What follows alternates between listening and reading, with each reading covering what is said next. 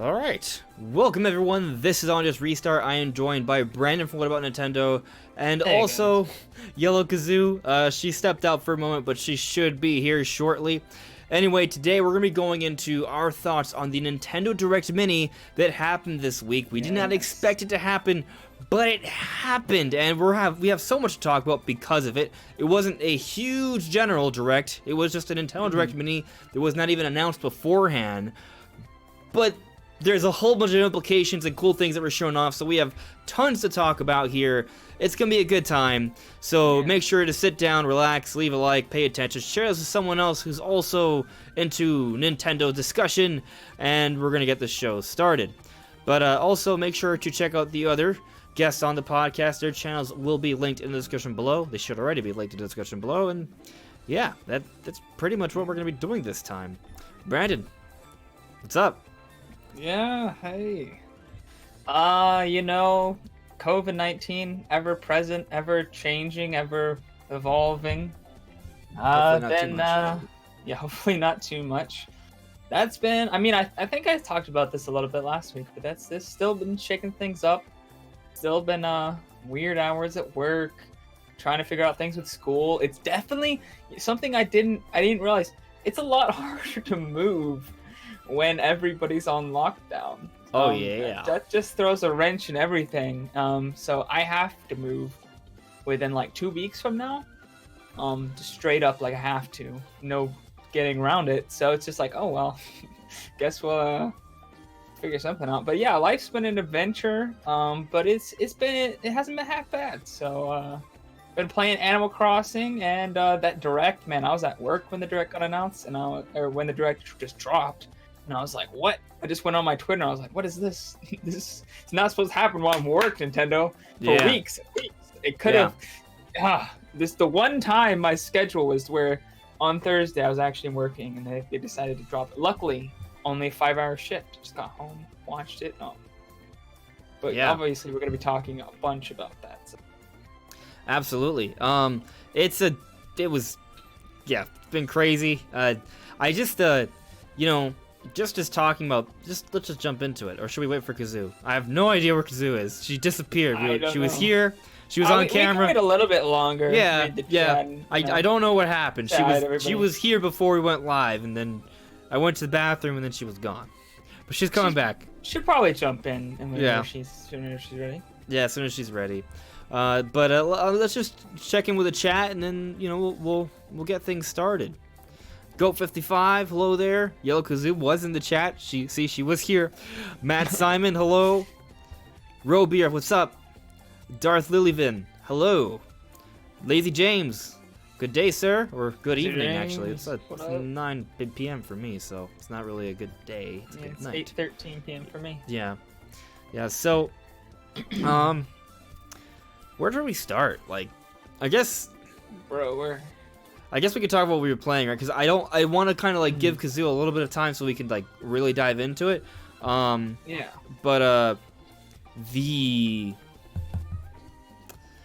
week was weird because Tuesday. Oh wait, the camera changed. Is she here? She might be here. I think she's here, but she's setting things up still because she got herself muted. So I think she's still setting stuff up. Okay, cool. So Kazoo's here. Hi, sorry about that. Hey. Hi. Yeah, I was just I gotta talk for like 2 hours. So I gotta make some tea. Gotcha. Good old tea. You need the tea. Oh yeah. That's the real tea. There you go. Nice. Yeah. Yeah, I have water here, so I won't die of thirst. Nice. I have nothing. Yes. Yeah, I am underprepared. It could be done. That's it. Could be it for you. It's over, man. Yeah. So, anyway, because as I was just about to get into it, right? We did not know for sure if the Nintendo Direct was going to happen. We've been talking about it for a while. We've been waiting for it for a while. And technically, actually, the general Nintendo Direct that we've been waiting for, this drought we've been going through, we're still going through it. We still haven't. Yeah, we haven't Right. I mean, it's good enough. I mean, as far as if you want to call that a mini, it was a 28-minute long video. It was long. Yeah, that's what I'm thinking. Like it was 28 minutes long, so it wasn't exactly short by any means. Like No, it was not a short presentation, but in terms of, I guess, classification here, we did not get a general Nintendo Direct, right? We got a mini Direct.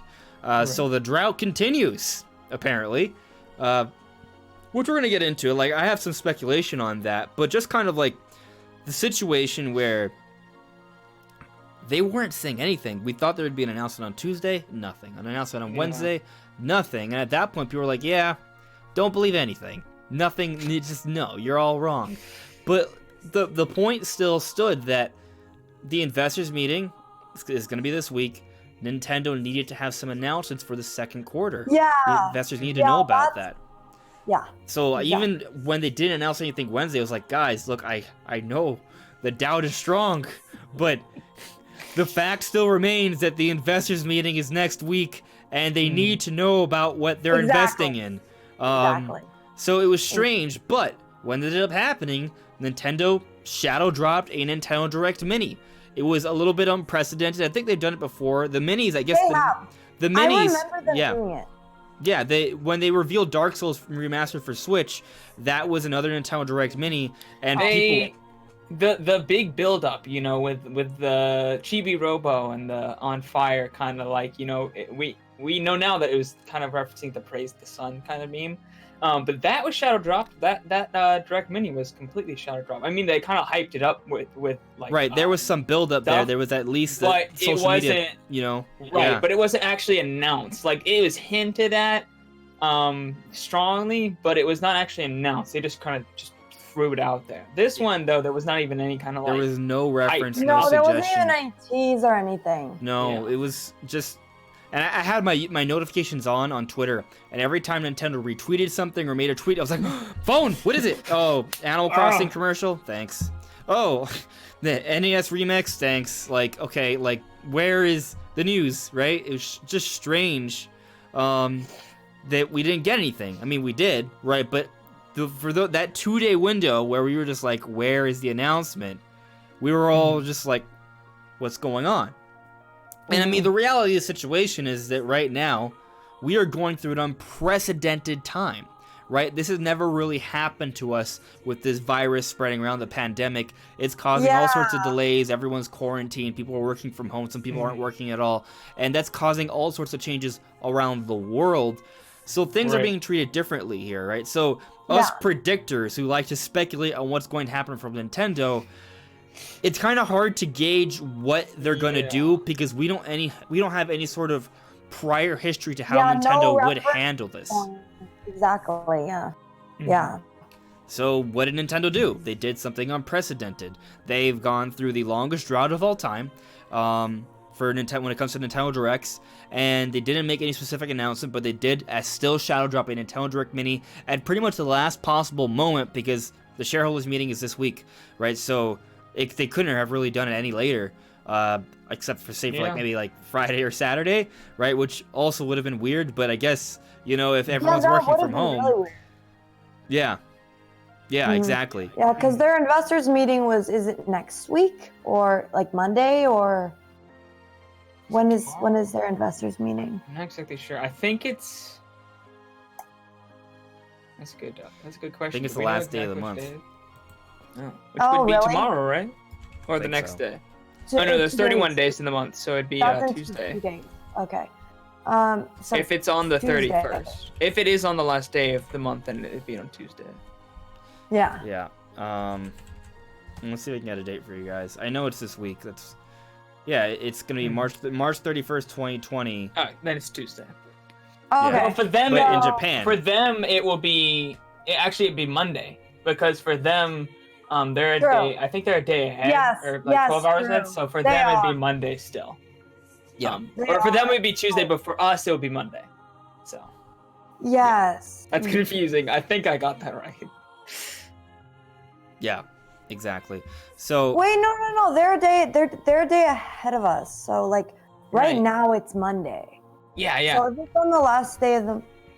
Oh, So, I yeah, see. yeah. So for us, it should be Monday, but then them it will be Tuesday. But for us, it'll still be Monday. Oh, okay. Yeah, yeah. I think so. I think I so. get it. I get it. I'm pretty Yeah. sure that's how it works. I Hey think. guys It's who are very watching, confusing. make sure Time to zones are crazy. spread and share the discussion. It appears that YouTube notifications are still down. Yeah, they're not working for me, bro. No. I had to go through some weirdness to get to the podcast. I could I not. don't think. I think that it's for all channels under 10K. Are Really? not. Yeah, I think Is that so. is that a new rule, feel or is like it? I don't know if it's a rule, but that's what I've heard. I would not be surprised if they're purposely doing that. I know they're purposely making things auto to like 480p and stuff, so that they take less bandwidth. I would Huh. not be surprised if they want less people Oh. seeing That is so Um, strange. streams and stuff right now. Yeah. Kind of I'm not sucks because I sure. feel like the podcast is really growing lately. Oh well. Yeah. What are you gonna do? Yeah, same. They did this whole like throttling thing when my streams were like doing fairly well, and now Mhm. they're like not good. Yeah, they're just like too many people on YouTube. Gotta I tone it don't down, get yes. it, but oh well. Anyway, I think they're having Yeah. like, server bandwidth issues or something. yeah. I mean, really, the only thing it really causes issues with for the podcast is just there's less people in the chat, so there's less interplay there. So for those who are here, appreciate it very much. Questions are certainly Yes. appreciated as well. So if you have any, feel free to put them in there. But I see that Brian is very appreciative of the Xenoblade music. Yeah, because we're going to be getting into some Xenoblade conversation here. But like, just going back to what we were discussing, though, right? It's a weird situation. What's going on? Obviously, COVID-19 is impacting everything, even YouTube notifications. But what we're talking about right now is that Nintendo's just doing things differently than they ever have before. And yes, you could say that Nintendo usually does things differently, but there is some definitely. predictability to them. We can kind of have an understanding of what's going to happen. Hey, at least it was still on a Thursday. It was still on a we Thursday. can always count on Yeah. those Thursdays, man. It's almost always Thursday. Yeah, I'm glad. Yeah, most of the time it is. Sometimes it's not actually. Sometimes it's Wednesday or Tuesday, but usually it's Thursday. Yeah, Wednesday. I mean that it's Wednesday or Thursday. We can. Yep. I think one time it was on a Tuesday. It was very weird, but I could be remembering wrong. I don't remember it on Tuesday. You might be right. There's been so many, so it's I hard think to they say did for sure. something. It might not have been a direct, but I think they did some kind of presentation on Tuesday. It was weird, very weird. Absolutely. Yeah. So, but like, what were you guys thinking though? Come Wednesday night when there was no announcement, what was your mindset at? My mindset. I was thinking, oh, maybe they'll just do some kind of weird like thing on the day of the investors meeting, like before it happens. Maybe they just like shadow drop a bunch of release dates or something. But I was like, I don't even know what's happening. I kind of was like, oh yeah, they'll probably do direct, but I was also like, maybe they just talk to their investors, maybe because sometimes their investor meeting have like a lot of info. So maybe I was like, maybe they're just gonna go ham on that, but that's like really weird. Why would they do that? So that didn't make much sense. That's true. So I was like, yeah, probably a direct, but I was also like, we've been waiting so long. I've been predicting a direct for, every week for the past 2 months, more than 2 months. So I didn't know what to expect. But I was, at that point, I was almost like, maybe they're just going to do a really big investors meeting. I don't even know. Yeah, it was. For me, like, I was waking up every morning. I woke up like Monday night. I was like thinking, well, we're gonna have news in the morning. No. Then Yeah.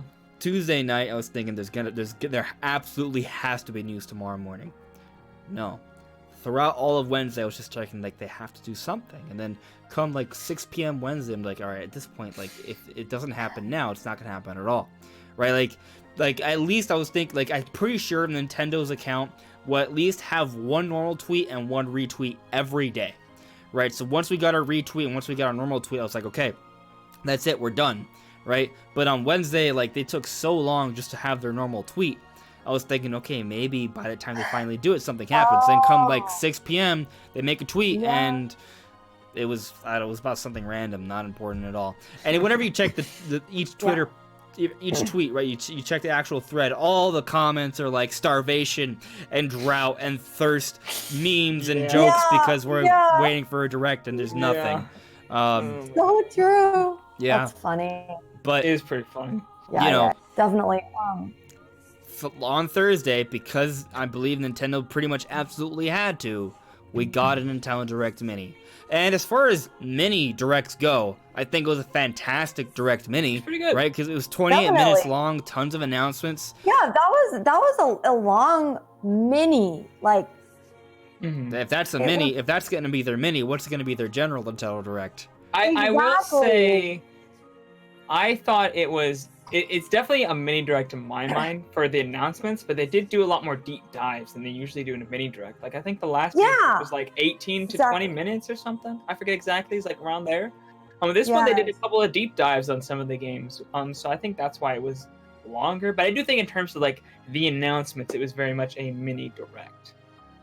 You know, there wasn't anything too lot of the stuff mind-blowing. was very. A lot of stuff were like indie games or indie-esque. There were some pretty good port announcements. Pretty much everything we thought that was going to happen. Oh yeah, there was every single one of those rated games got announced, and more games got announced. Right, so there was so. XCOM, Catherine, Bioshock the Collection, which I was really pulling for. We finally got Panzer Dragoon. I've been talking about that for a while. We finally got it. Apparently it's terrible. That was pretty but crazy. Yes, Panzer Dragoon shadow drop that day. Yeah. Shadow it hasn't received the most stellar reviews, but from what I've seen, it's at least playable. I haven't played it, but what I've seen, it looks like it plays exactly like the original game. So if you like the original game, it I mean, like I think exactly maybe the price I think might that's be probably the problem too people steep. have is that that's like a really old game, and it probably didn't control and play the best when it came out. You know, for the time, I'm sure it was great. But like, imagine if a new game came out and it played like Mario 64. Like Mario 64 at the time was like super good. But Mario 64 now is a pretty janky game, for modern standards. So like, you know what I mean? It's kind of like that kind of deal. Yeah. People, you know, they're taking a classic game and they're putting it under modern scrutiny, which doesn't really hold up. Like the graphics obviously look really good compared to the original. And even compared to like modern games, it looks pretty decent. So, but I think the gameplay looks like exactly like the original from what I've seen of comparisons. Obviously, I haven't played it, so I don't know. Maybe there's some nuances that are different. But just from watching people play it and do the side by sides with the original Saturn version, it looks like it plays exactly the same. It's pretty much just like a graphical enhancement. Yeah. I mean, it looks good to me. Yeah, it looks great.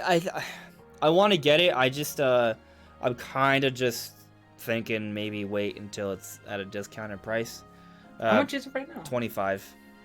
Oh, that's really cheap. It's a 4-hour game. Oh, it's the Star Fox dilemma. Actually, it might be shorter. I think someone said they beat it in like an hour. But yeah, it's like an arcade thing, right? So like you can like run through it and then replay it for high scores, right? Does it have like separate paths like Star Fox? I don't know. I want to play it to find out. So interesting. Yeah, absolutely. It is very interesting. I think it looks like an awesome game. I've been wanting it for a while. A lot of games on Sega Saturn really fascinated me, including the Panzer Dragoon series. So when I heard that this remake was coming, I was like, oh man, I can't wait to try this out. So that game was super cutting edge for the time. Oh yeah. Graphically, all the water rendering and like the reflections and stuff. A lot of stuff. I've seen a lot of videos on that, or I've seen a video on that, and it was pretty crazy stuff they were doing back on the Saturn. Mm-hmm. Yeah. No, it really was pretty special. So, but I guess it's just, it is what it is. It's not like anything that's like the best remake ever. It's the game we wanted, just with graphical enhancements. Like that's it, and I'm fine with that. I just am debating if I should get it now or wait for my opportunity to get it cheaper. We'll see, because I definitely do plan on getting games sooner or later. It's just kind of a matter of when. Mm-hmm. But just going back to the Direct Mini, like I have a Nintendo sort of tweeted out like an image with like everything that was there. I'll put it up here for you guys to see. So Xenoblade Chronicles Definitive Edition, Yeah. Bravely Default 2, Animal Crossing, Good Job, Panzer Dragoon, Clubhouse Games, Ultimate Alliance 3, Sword and Shield, Burnout Paradise, Ring Fit Adventure, Fate of the Depth, Smash Brothers, Star Wars, Borderlands, Bioshock, King's Bounty, Catherine, Minecraft Dungeons, XCOM, and Ninjala. Some of these things, it's actually, like, of these games, what's a standout for you guys? There's actually a few that kind of stand out to me. Definitely Animal Crossing and Smash, because I know that the Smash character is Arms. Okay, Arms. That was surprising to me. That one definitely threw me through a bit of a loop. It Yeah. was Not expecting. surprising, but I was so excited because that is literally all I ever asked for Smash DLC. Nice. Yeah. I thought Arms was gonna be like a character in the base roster. After I saw the Inkling, I was like, oh, I forget the names of all the Arms characters, but I thought a character. Springman and Ribbon Girl, maybe. Yeah, Springman and Ribbon Girl. Yeah, would be in there, but they weren't. But maybe they are now. I don't know. But we don't know exactly which character or characters might be multiple from the game that are in it. So. Okay, can I go into my theory? Yeah, sure. My theory is that now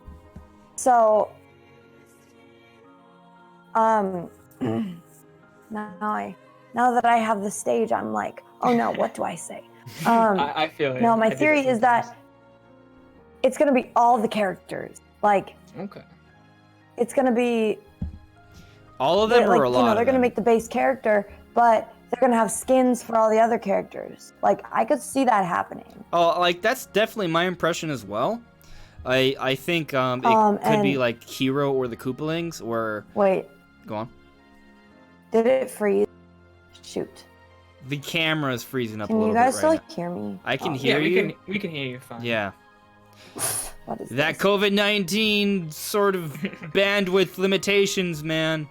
There you go. Yeah. But yeah, we can hear you, we can see you now. Oh, okay, cool, yeah. Okay, did you hear what I said? Talking about how you Okay. think there's gonna be multiple ARMS I think we heard characters. everything. What? You're talking about how you think there's gonna be multiple ARMS characters for one character. Yes. Yes. Yeah. That would be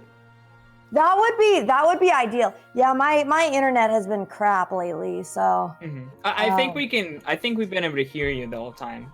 Camera might be a little bit. Yeah, wonky. we never lost your audio though. okay. Your audio seems to be good, which is the main part of a discussion. Definitely. So you should be Definitely, good. yeah. Yeah. Yeah, definitely. No, but I'm right there with you, Kazoo. Like, my initial impression, like, they showed the ARMS screen, they showed all the different characters on there. They said they don't know they didn't announce a specific character yet. They'll talk about it then. They're sort of working on the extend mechanic, I guess. And my impression is that it's going to be more than one particular character. I think Springman and Ribbon Girl, in my opinion, are very likely.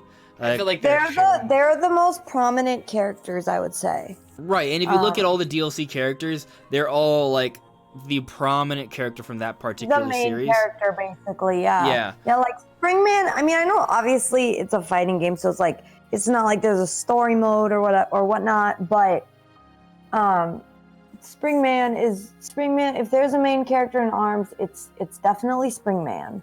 And then Ribbon Girl is like right there next to him. Yeah. So, but I can see them maybe doing four of them, right? Hey, if they can pull off 8, that would be cool. But even just having 4 in each having an alternate color, just like Hero, I think they could definitely pull that off. Some people are under the impression that it might be hard to match like the hitboxes, but just pick the ones that have a similar shape, right? And then maybe combine put all of their powers like into one character, which also is not crazy. Look at Byleth. Byleth has the powers of Edelgard, Dimitri, and Claude within his or her moveset. So and Smash is not they have certain characters where their hitboxes do not align with their bodies, like Oh, really? Or some of them where like their clothes are part of their hitbox. So it's not like each character in Smash aligns like perfectly, but I do understand like there's that like the girl who's in the mech. I doubt they'll choose that one because she's so much of a bigger character. And the than giant other ones. bandage guy, the mummy dude. And Yeah, the the mummy guy. Master Yeah. Mummy. Yeah. I think Master Mummy might not make it in. But the ninja But, guy like, and Ninjala, Twintel. Yeah. Twintel, and then I think Ninjala's his name. Ninjala's the name of a game, so I'm not sure. Oh, I might be thinking of the game then. It might be both. I'm not certain actually. I don't remember exactly, but yeah, the ninja guy can get in. There's several of them that look. I could see it being Springman, Ribbon Girl, Ninja Guy, and Twintel. Ninjala? Is it Ninjala? No, it's not Ninjala. No, I think I Ninjala just is the game that just released on the Switch. It No, looks it's like Switch. it's Ninjara. Ninjara. Okay. Ninjala. It was in the mini direct. That's why I'm thinking. Yeah. Right. Okay, but his name is Ninjara. Yep. Gotcha. So it's very similar. Yeah. Honestly, that's what I could see. If it is like that, I think it's Springman, Ribbon Girl, Ninjara, and Twintel. And guess what? 2 boys, 2 girls. So we have the parity there. So that kind of makes sense in that regard. And they all have a similar shape. Some people might make the argument, but Twintel has her arms are her hair, so it wouldn't work out. I feel like they can make it work. I think they can. I think they can make it work. Yeah, they could make it work. I think they could. I really do think they could make that work. Like, because you have some of them where they're like where the character's skin is like not necessarily the exact, you know. Mm-hmm. It froze for me again, Oh. so I cannot hear what Yeah. you guys are saying. Yeah.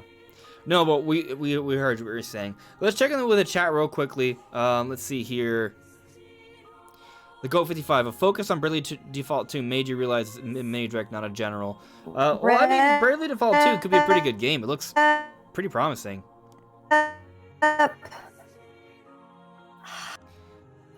Goat 55 is also suggesting maybe Min Min could be one of the characters.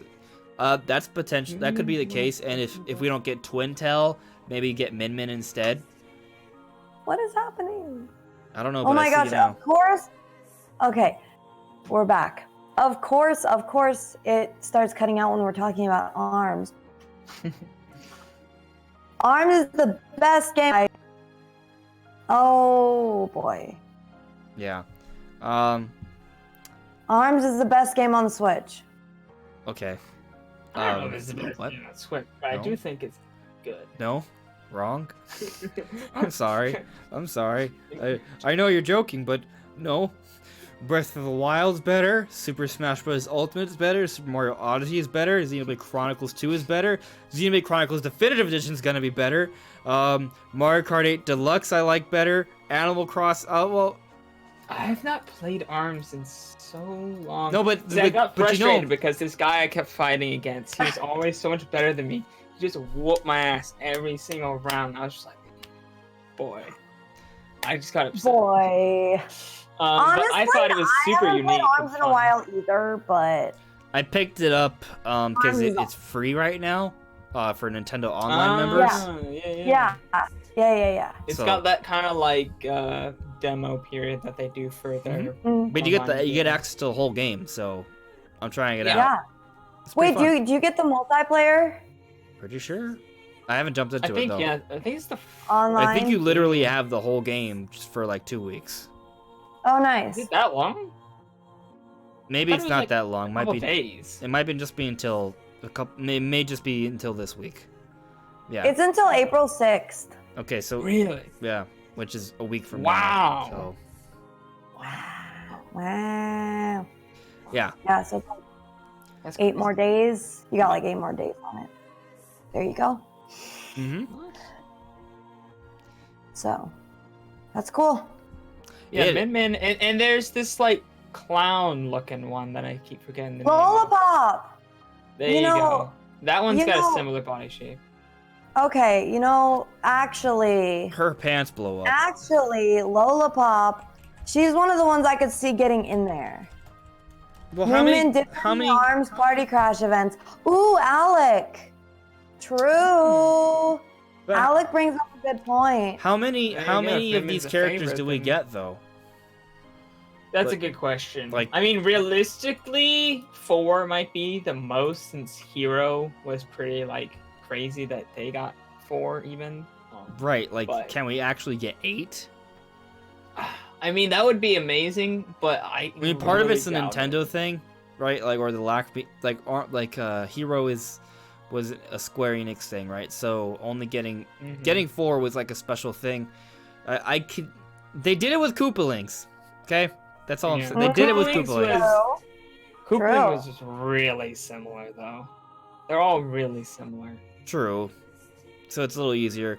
If we get, I'm only expecting 4 at the most. If we get 8, that'll be insane. I think 4 would honestly be pretty crazy, but I think 4 is the kind of crazy that they 4 for demonstrated Hero that they could do. was like, wow. Right. That was I would pretty actually like Lollipop instead of Min Min because Okay.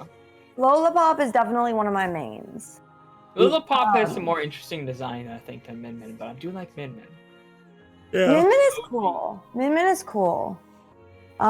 Dream Scenario, they add all of them and release more outfits for the rest of the cast There you go. to match the number via DLC.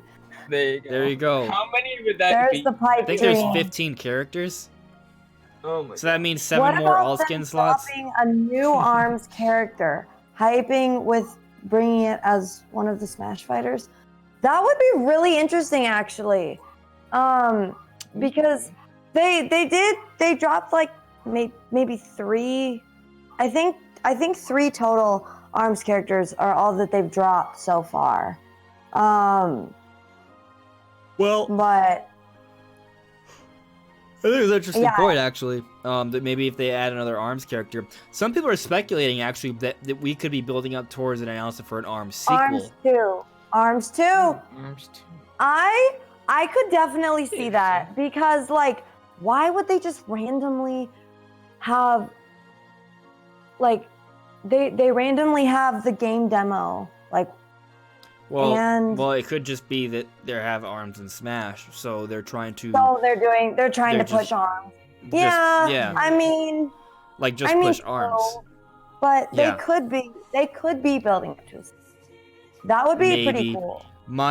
I believe that it's just for this ARMS. What But- team made ARMS? Was that Mario the Kart team, team. that makes Mario Kart? Okay, that's what I thought. I feel Yep. like they're working on a Mario, something Mario Kart related. You know? They've been working on something since ARMS. Yeah. Could be another Mario Kart game. Could be something else. I honestly would prefer them to work on something else. They did a good job with ARMS. They did a great job with Mario Kart 8. I think that team is at a really good point right now, where they can make something really special. Because they've been making special things. Granted, I'm not saying an ARMS sequel wouldn't be great. I'm not saying a Mario Kart 9 wouldn't be great. I think they both would be great. But when this team makes something new, it's pretty great. So I wouldn't mind something new. But the rumor is that there's a Mario Kart game in the works. There's a lot of rumors that have been debunked from this direct. Which Where's ones have been Zelda? debunked? The one that said specifically the one that said Zelda and Metroid were Metroid. going to be there. Well, that's true. That's just straight up wrong. True. There was several of them saying that Mario Kart was going to get announced and that Paper Mario were going to get announced. Didn't happen. Neither of those were there. But Yeah. those rumors were talking about things at the direct. I don't think they debunk the initial rumors that say that those games are in existence. Right. No, I don't think that. Yeah, I'm just saying that one that the direct saw. Right. Yeah, I mean, but then and- again, it's hard to say that they're debunked because I feel like Nintendo's internal plans changed so much. Maybe they were planned. Like, who knows? That's the thing. They may have been planned. And we don't know. I think the craziest thing I think was when I first the direct just opens and then it's just a COVID-19 like kind of like talk about direct about release dates. That surprised me a lot when the very first thing in the direct was just a warning about COVID-19 and how it might affect release dates and all that kind of stuff. That for me like cements the idea that COVID-19 delayed this direct. Yeah, I think Really tells I us that agree. was indeed the case. Like this, I they agree, did, and I'm glad that I'm really glad that they addressed it Mhm. because I think that it was something that needed to be addressed. Yeah, I agree. No, I actually on that note, we were talking about how this direct mini was long, but like I don't think they probably didn't plan to have a mini at first. You know, Mhm. Like, think about this, right? I've been saying for a while that if we look at all the years for Switch, right? We knew about the holiday lineup or the holiday games by this time in the year the last 3 years. We don't. That is true. We don't this time, right? In fact, we didn't know about the summer stuff until the direct, right? Yeah. A few days ago, right? And at this point, second half of 2020, we don't know squat, right? So we don't know piddly diddly nothing. We got nothing on second half 2020, and we will be getting to some speculation on that, okay? Because things are a little bit different here. Just one thing I've said, I did say multiple times that if this Nintendo Direct happens and we don't get Zelda, I then think it's not coming up this year. Well, no, because this is a Direct Mini, right? Where they didn't talk about the holiday season at all. So we have no idea what their plans are for the holiday season yet. So that's the thing. Because we don't know, that's still up for debate, I think. We'll get to that, though. I want to check in with the chat real quick, and we'll kind of continue on this train of thought. Alec and stuff was saying Min Min's clearly the crowd favorite. So, I mean, maybe Min Min could be one of the characters that's added as an ARMS character if we get multiple. Duma plays. If it's an ARMS sequel, they definitely don't have a Mario Kart coming. Yeah. True. Duma was right. But why are people calling an ARMS sequel?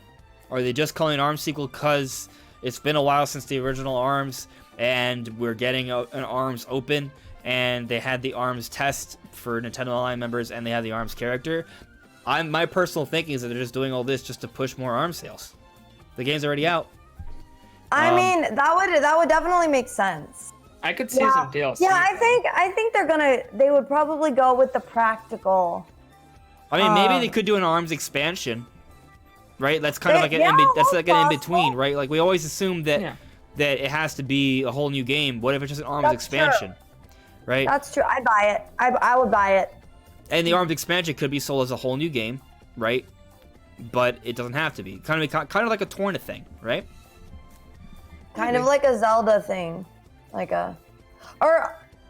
What I mean by expansion, like, it's an additional quest that you can just download as DLC for your game, but they could also release it as its own physical thing, kind of like Torna. Yeah. I don't know if they go that far. Trying to see how COVID affects their dev cycle. That's true. Yeah. Yeah, I'm Dumo, very that's curious. true. Yeah. The Go 55 with Bandana Waddle Dee, Rex and ARMS rep as first party, and Geno Crush and maybe Trashman for third party. I think that's a decent. Bandana Waddle Dee, Rex and ARMS for first party, Geno Crash, and maybe Rayman or Travis Touchdown. I'd be very happy with that lineup. Caleb 5 Stars Entertainment. After ARMS, I think Rex and Pyre are locked for Ultimate. Oh, we're getting into that. Due to ARMS coming. Also, on the pass. Wait, on the pass, art has the original ARMS logo, not a sequel. That's an interesting point. This is about the original ARMS, right? Like it already has the branding for ARMS, so that could be it. It could just all be about original ARMS, not some sequel ARMS. Yeah, but I think that's most likely the case. Yeah, probably. Yeah. And I mean that's fine. Well, if you look at all the Fires Past characters, hasn't been that long since ARMS. So. Yeah. Well, it's been and the timing is really interesting when they're releasing it, because they said it will be revealed and playable in June. Yeah. So it's like in June or by June or something. Yeah. In June. I'm kind of thinking that the June thing is when we get our. Well, I don't know. Do you think that's when we get our E3 Direct, or do you think Nintendo goes longer now? I think they will do this. Everybody else seems to be planning to do it like at the same time, just digital. So I think Nintendo will do the same. I could see them doing that, or they could delay it. Like honestly, they could. Here's the thing, though. I was just gonna say that last time we had a Direct Mini, we only had to wait 2 more months to get a major Direct. So. Maybe. What were you gonna say, Kazoo? Yeah. I was just gonna say that I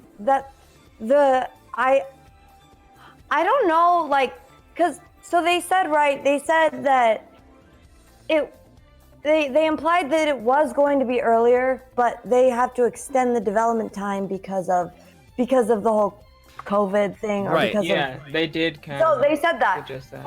But here's the thing is that it's in June. It's in June, which is going to be the 3-year anniversary of that game. I cannot even believe that it's been 3 years since that game came It out. feels weird. That I it's could been see 3 them years since- announcing an ARMS expansion, if anything. I don't expect a sequel, but maybe some sort of like expansion to ARMS. I could see maybe that, but not a whole brand new game. And as Duma is saying, what was he saying here in the chat?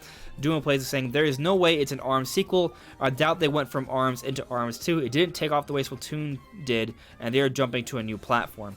Yeah, I mean, like, I don't see why they should have been in a rush to make a sequel for ARMS from a sales perspective. So there's that. We should take that into consideration.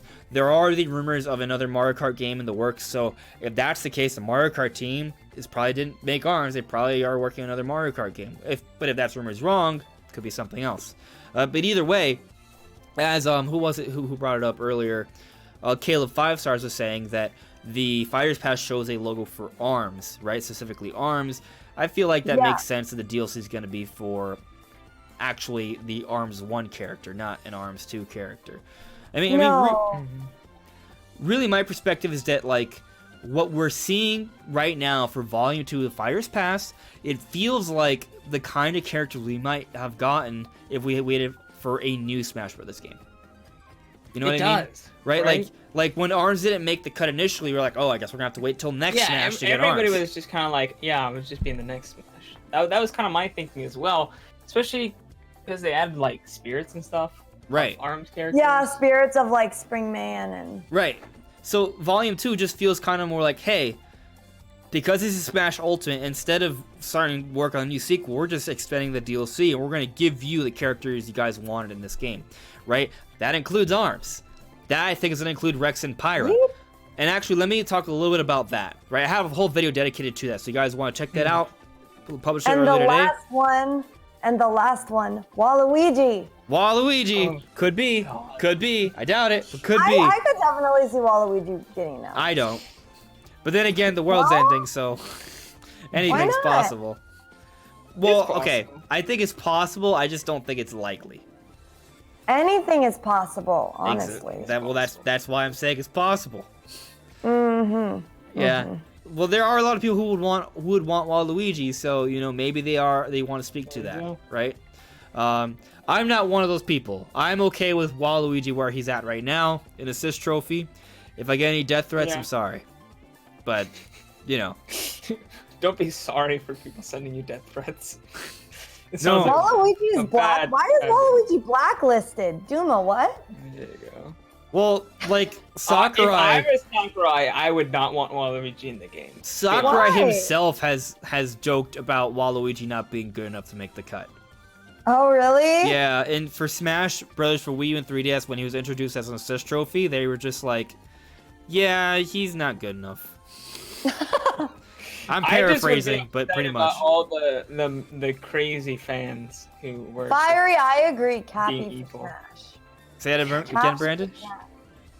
I just figured if I was Sakurai and I was getting threats all over social media constantly because Waluigi didn't make it in the game. Yeah. I'm just not putting Waluigi in the game for sure now. Yeah. Yeah, actually, though. But obviously that's not the whole fan base, so maybe he's like, you know what, There are some genuine. there's a much larger fan base that is not terrible people who want Yeah. Waluigi. Yeah. Then there are those few terrible people. It's the vocal minority or whatever you want to call it. Yeah. So, yeah, I wouldn't be upset. I think he could have a really interesting moveset because he's got all of like the different sports moves that he could do. I think they could do something with that. I mean, Sakurai can do something with literally anything. If he can make a plant interesting, anything. Oh, absolutely. You look at the moveset for Isabelle, which is basically a lot about kind of like incorporating elements from different tasks you do in Animal Crossing. Same thing with Villager, really. They could, if they can do that for them, they can definitely make a moveset for Waluigi. As you said, Brandon, he has been involved with all the sports titles, so they could do something like that. He could be like the sports character, right? That's been the argument for Waluigi. But we also have the Wii Fit trainer already. True. So They're already kind of like a fitness character already, so there could be a little bit of overlap there. But I mean, Waluigi And could it is be a like, little bit of overlap with a lot of characters. So. that's also true. But I don't want to talk about Waluigi right now. Okay. No, it's not that there's anything wrong with Waluigi, but I do think that I want to talk a little bit about what I talked about in my video today, right? Whiny and crying. Which is oh my the gosh, that's ARMS character. What it tells us a lot of different things, right? Because if it is an ARMS character, and we're all in agreement that it's likely Springman and Ribbon Girl at least, right? Mm-hmm. yeah. Yeah. At least. Because I mean, one, it's got to be kind of like the main character, right? That's how it's kind of been for all the different DLC packs. So for that reason alone, it makes sense for it to be them. But if that's the case, right, that kind of changes a lot for us because guess what? Springman is an assist trophy, right? We haven't got any assist trophies as characters in Smash Ultimate yet, so that's kind of breaking a fan rule right there. There's the other argument some people like to make that Mii costumes can't become characters. If Ribbon Girl, who's a Mii costume, becomes an actual playable character, guess what? That fan rule is fully broken at this point as well. And then there's the argument that spirits can't be either. So if someone like Twintail gets in who's a spirit, guess what? Spirits are... These arguments, which I've always thought were kind of like not really legitimate arguments anyway, you can't even hold the argument anymore because there's hard facts that is not I would a thing. Absolutely love that because, you know, I feel like Smash Ultimate has been breaking a lot of rules. You know, like Ridley's too big and all this, you know, King K rules too irrelevant. All those kind of like fan rules like people made up, and even some of them Sakurai said. But there are a lot of different rules of what can't be in Smash, and they've been getting broken, and there's just a couple of final ones that feel like they're there, but you know, with this ARMS character they could just be completely abolished. And then, you know, at that point it's just great because you just never know what's gonna come into Smash. Like everything is open, like truly everything is open, because right now obviously, you know, anything could happen, but a lot of people are like, oh, this won't happen because of this and this and this, and when it's finally truly like, nope, anything could happen, that's gonna be great. Obviously, other than the anime stuff, that would be the one final rule. Yeah. That would be the final blow. That right there. All right. So I don't think possible. I really don't think Sakurai is gonna put any anime characters. No, I don't think so. But if it did, anime is trash. Not in this one. How dare you? No. And I just want to provide a shout out for Goat55 bringing up Bandana Charmander. Bandana Charmander is a very, very, very, very strong supporter of Waluigi and Smash Brothers, but Bandana Charmander is also a piece of cardboard. So. What does he know? Yeah. So, but the point I'm trying to get here, right? So. The ARMS, there being an ARMS character, it just opens the door more up for any real character that's already been somewhat represented in Smash already. But on top of that, we're opening Fighters Pass Volume 2, right? Challenger Pack 6, but Volume 2 with a Nintendo character. Volume 6! We're already there. We're already there, guys. We're opening up with a Nintendo character. Right, we opened up Fighters Pass Volume 1 with third-party character, and I do think this is indicative that there's going to be more Nintendo characters in this pass compared to Fighters Pass Volume 1. But I also want to point out that in my predictions video, while I got a lot of things wrong because we got a Direct Mini, not a major general Direct, we'll get into that in a little bit. But I did talk about one thing that I did get right, and that was that given that right now, if we look at the Sakurai column that was translated, where he talked about potential delays due to COVID-19 and not being able to make visits with third-party companies, I was thinking that could play a role into what we would see for the next character, right? It would be harder to show off a third-party character because they have to travel for, you know, sort of communicate with third parties and have presentations with them. It would be easier to have something more in-house. And we open things up with a first-party character. They've been in development. They announced development for the second Fighters Pass back in September, right? So there's been some months, right? And actually, they've probably done some. Absolutely, especially when we take into consideration that the Byleth presentation, they did tell us, while we did get it in January, that gameplay was recorded back in November. right? So Yes, they've in been working on November. stuff Yeah. for a while since then. Even before COVID-19 breakout, there were some months where they were working on something. We're talking about an individual character here, so for sure they have some stuff done. They were able to make that, at least that ARMS announcement. But anyway, Well, at least in December, right? Like, yeah, at least they were getting stuff done in Like, December. Yeah, November and December, like, because it's been affecting Asia since probably January. I don't Like, know. very early January. Actually, I don't think it's affecting Japan as much. So they would, if they're going to third parties, they're probably going between like you know, in Japan and the West, right? Or Japan and Japan, like, you know what I mean? Because like there are no game companies in China, yeah. right? I don't think. I don't think any of the major studios that Smash would get a character in. Right. Right, no, I think China being on lockdown doesn't really impact development for Nintendo too much. No, yeah. No. Japan does, because, yeah, for all that, most of their main teams they're in Japan. Yeah. As for the Duma Plays is asking, is a Smash team in the same building as a Mario Kart team? I don't actually know. I have no idea. I know that they have a lot of their studios really close together, but I don't actually know if they are. I want to see if I can Google that real quick. What would I Google to see if those are the studios are together? Actually, isn't the Smash team technically like something separate? It's with Bandai Namco, right? Like, Sakura actually has its own separate thing going on.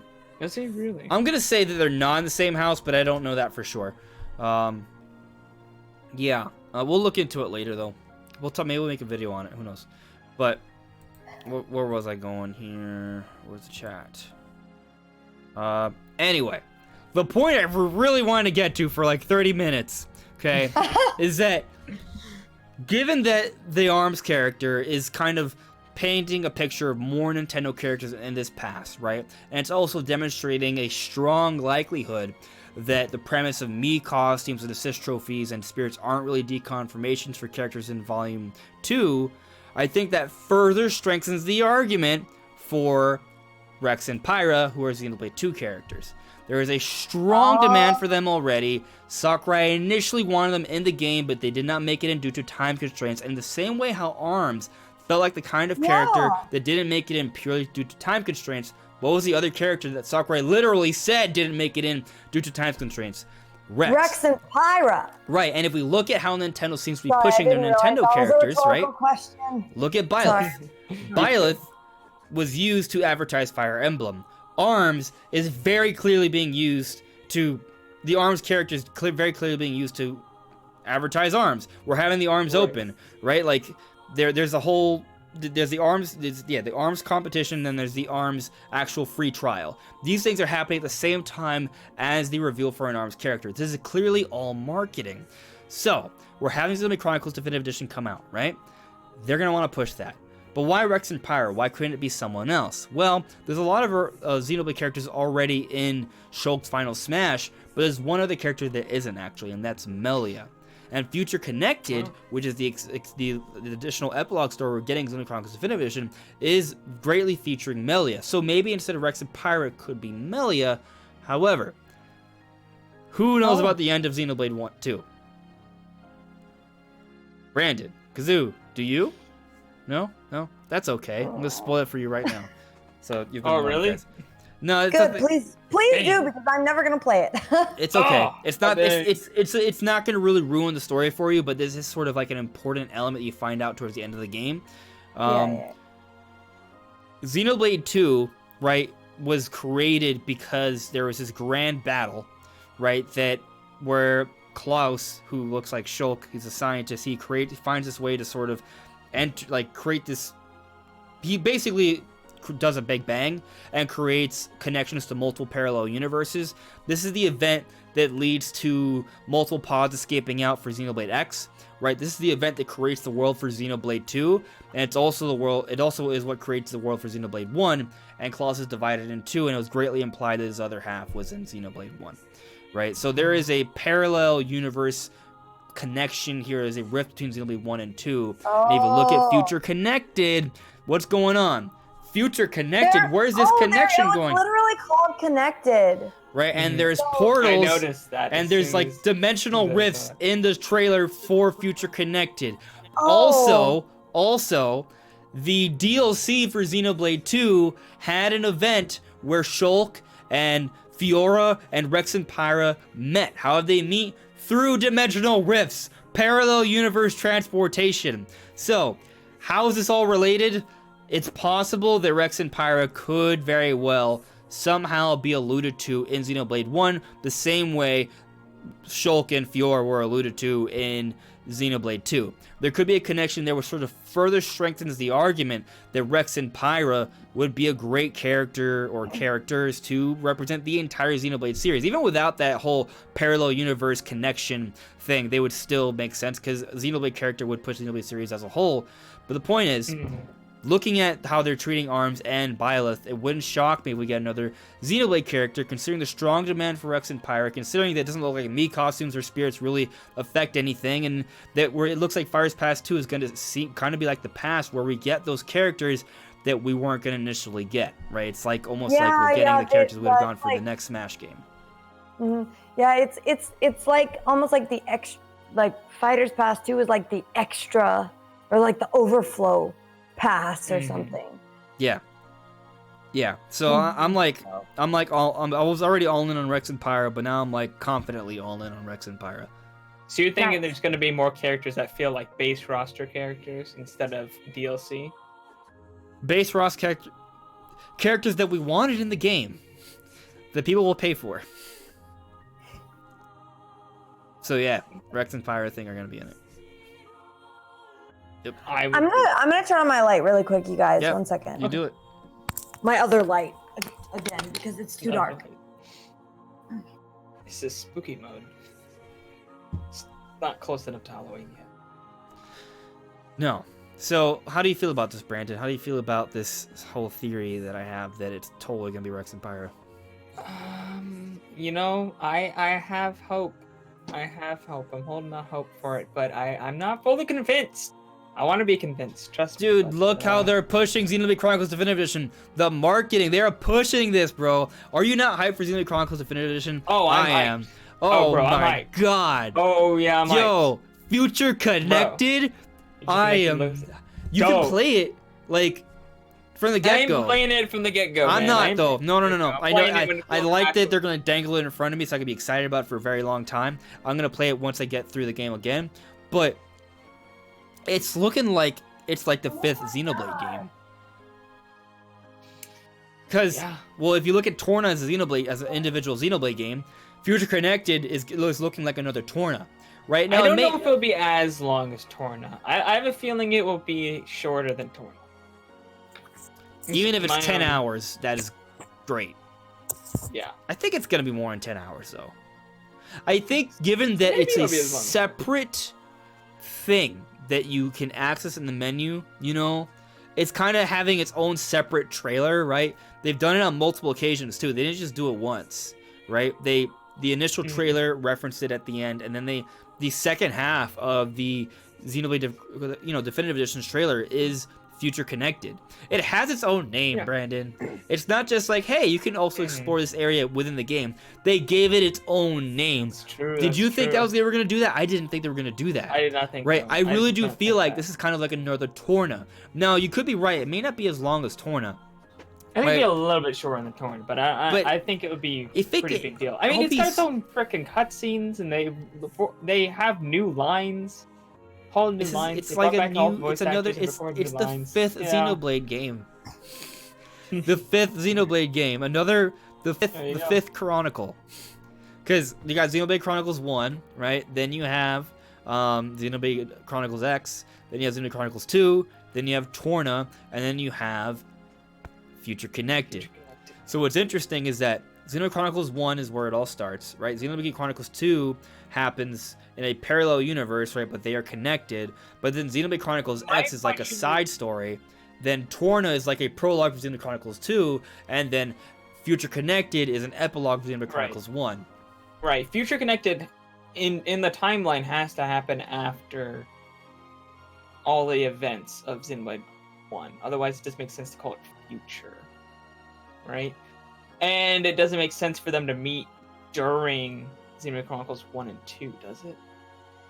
Like, I'm just trying to think, like, how that would make sense. Because this is a lot more than them meeting in the DLC. Like, if it is Future Connected and they meet, like, I feel like that would be tightly woven into the story here. I mean, we're getting whole new cutscenes and dialogue, all voiced, you know, all that kind of stuff. So I'm trying to think of when this would happen. And I mean, it says Future Connected, so therefore it needs to happen. Another important thing to note is the Future Connected may not be a connection to the whole parallel universe thing, right? But it could be about Shulk's visions.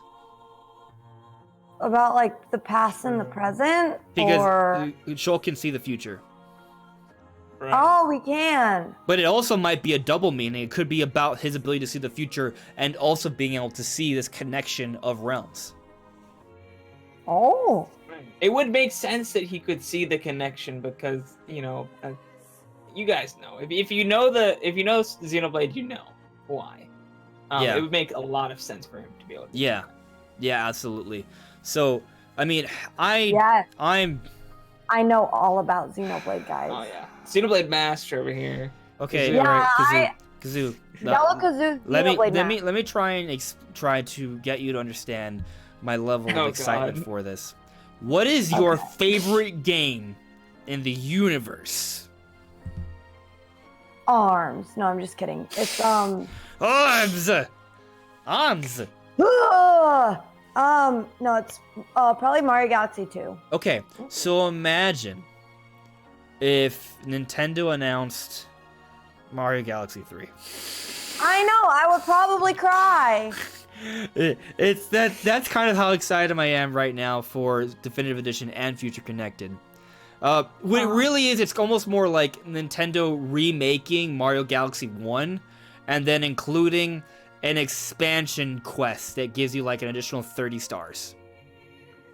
Yeah. That perhaps tells you how Galaxy 1 and 2 are more connected. That's what this is. Yes, tell me how Galaxy 1 and 2 are connected. I don't know. I have no idea. If you play the end of Galaxy 1, it just basically says everything restarts and you just do it again and it's fine. That's exactly. Yeah. But what if they found a way to connect that and make there be more lore? That'd be nice because the second one has like no lore. In fact, it like breaks all the lore that was already there and it makes it worse. But the gameplay itself is much better. Gameplay is fantastic. The gameplay is wonderful. The game is wonderful, okay? The game is wonderful and I love it. It's my favorite thing ever. Xenoblade Chronicles is one of my favorite games, period, ever. Yeah, I was explaining to Kazoo earlier that my 4 favorite Nintendo franchises is 3D Legend of Zelda. I know them. 3D Legend of Zelda, right? Metroid Prime, Super Mario, so in other words, the 3D single-player Super Mario games, and Xenoblade Chronicles. Those are my 4 favorite. Like, for me, my biggest love for games are those Nintendo adventure games, right? And that is Zelda, Super Mario, Metroid Prime, and Xenoblade Chronicles. Those are like the epitome of Nintendo gaming to me. Everything else is fantastic, and I love it too. Like I've been playing Smash almost every day, right? I'm playing Animal Crossing almost every day. I can play Mario Kart for hours. I love those games. You want to duke it out on Mario Party for a whole weekend? I'm down, right? Like I love those games. If F-Zero gets announced, I will cry. Like I love that. If Star Fox gets announced and it's kind of like what Starlink is, but entirely Star Fox, I will cry and scream. Like I love all the other Nintendo stuff. Don't get me wrong. But my 4 biggest things are those. Like, is that 4 biggest, like, period, or 4 biggest on Nintendo? Period. No, period. Honestly, period. You kidding me? Honestly, I will say He's this a might be Nintendo shocking. channel. I have a Nintendo channel too, and this might be shocking to you. Oh. My fourth favorite video game franchise of all time is actually Halo. Oh, only okay. Not a fourth? Nintendo. It's only fourth. Fourth. Yeah. So Well, here, it might be third actually. I feel like if Halo Infinite's really good, it might bump up to third. But they haven't had a good game in a second. You know, it was mostly like the older games. The OG ones were really, really good. yeah. What you find out may be shocking to you. Yeah. Let me check with the chat real quick. There's a couple things that were said here I want to get to. Goat55. If Rex and Pyro gets in, does Mythra join as a third part of the tag team? That's a great question. I think so. Oh. I could see it be a situation where it'd be like an alt costume. Like you get Rex and Pyra, or you get Rex and Mythra. They can maybe do a situation where Rex can switch them out, right? To maybe have light attribute versus fire attribute.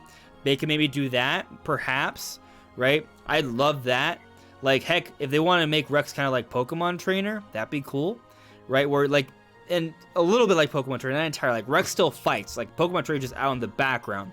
Rex still fights, right? He does a lot of, like, the A button moves, but his blade, which would be either Rex, or, no, which would be either Pyra or Mythra, or maybe someone else, they would do, like, the B button special moves. They would jump in to do those. Because if you play Xenoblade Chronicles 2, you know how it works between Driver and Blade. They each sort of interchange between different attacks they do.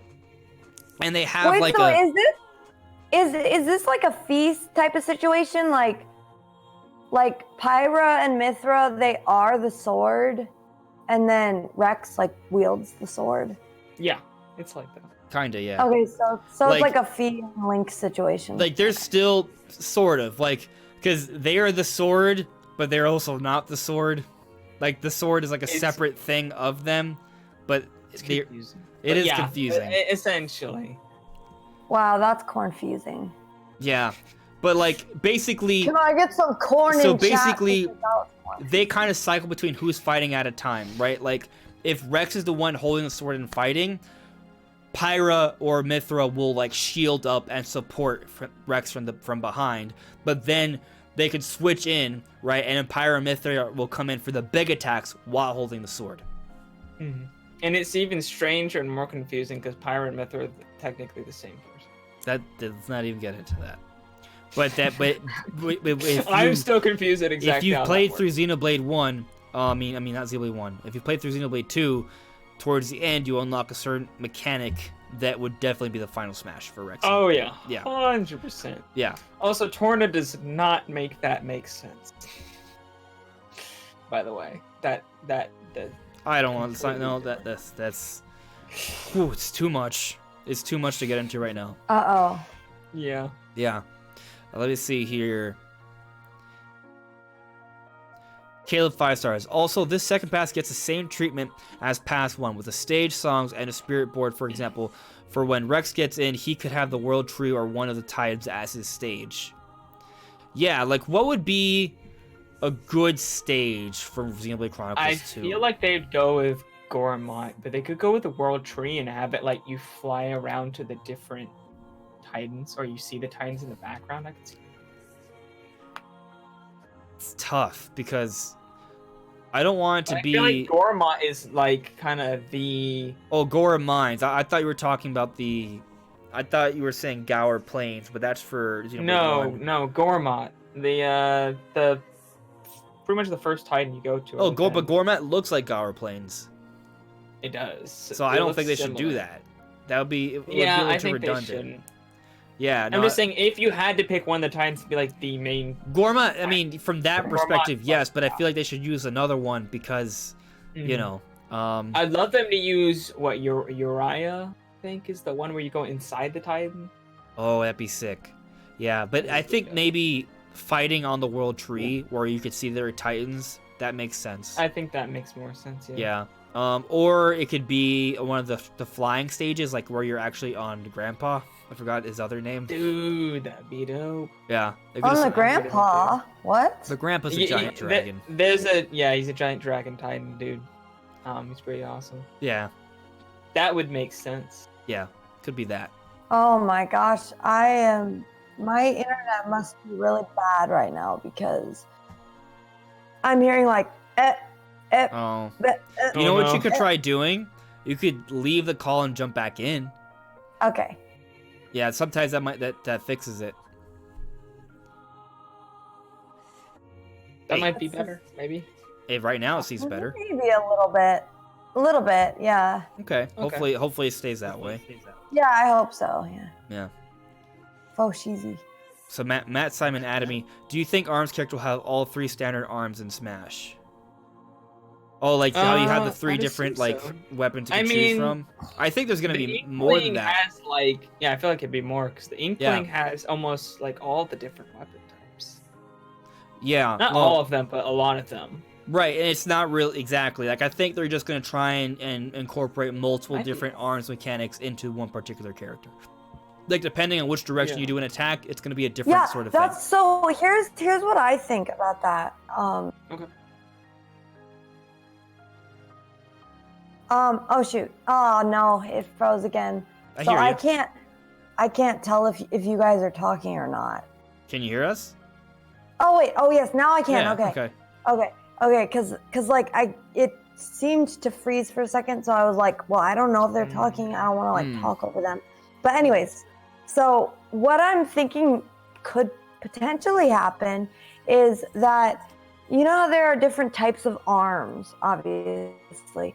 So what if they implement a mechanic like they do with Hero, where like a menu comes up and then you like pick from the menu, and so like those are the arms you use. Does that make sense?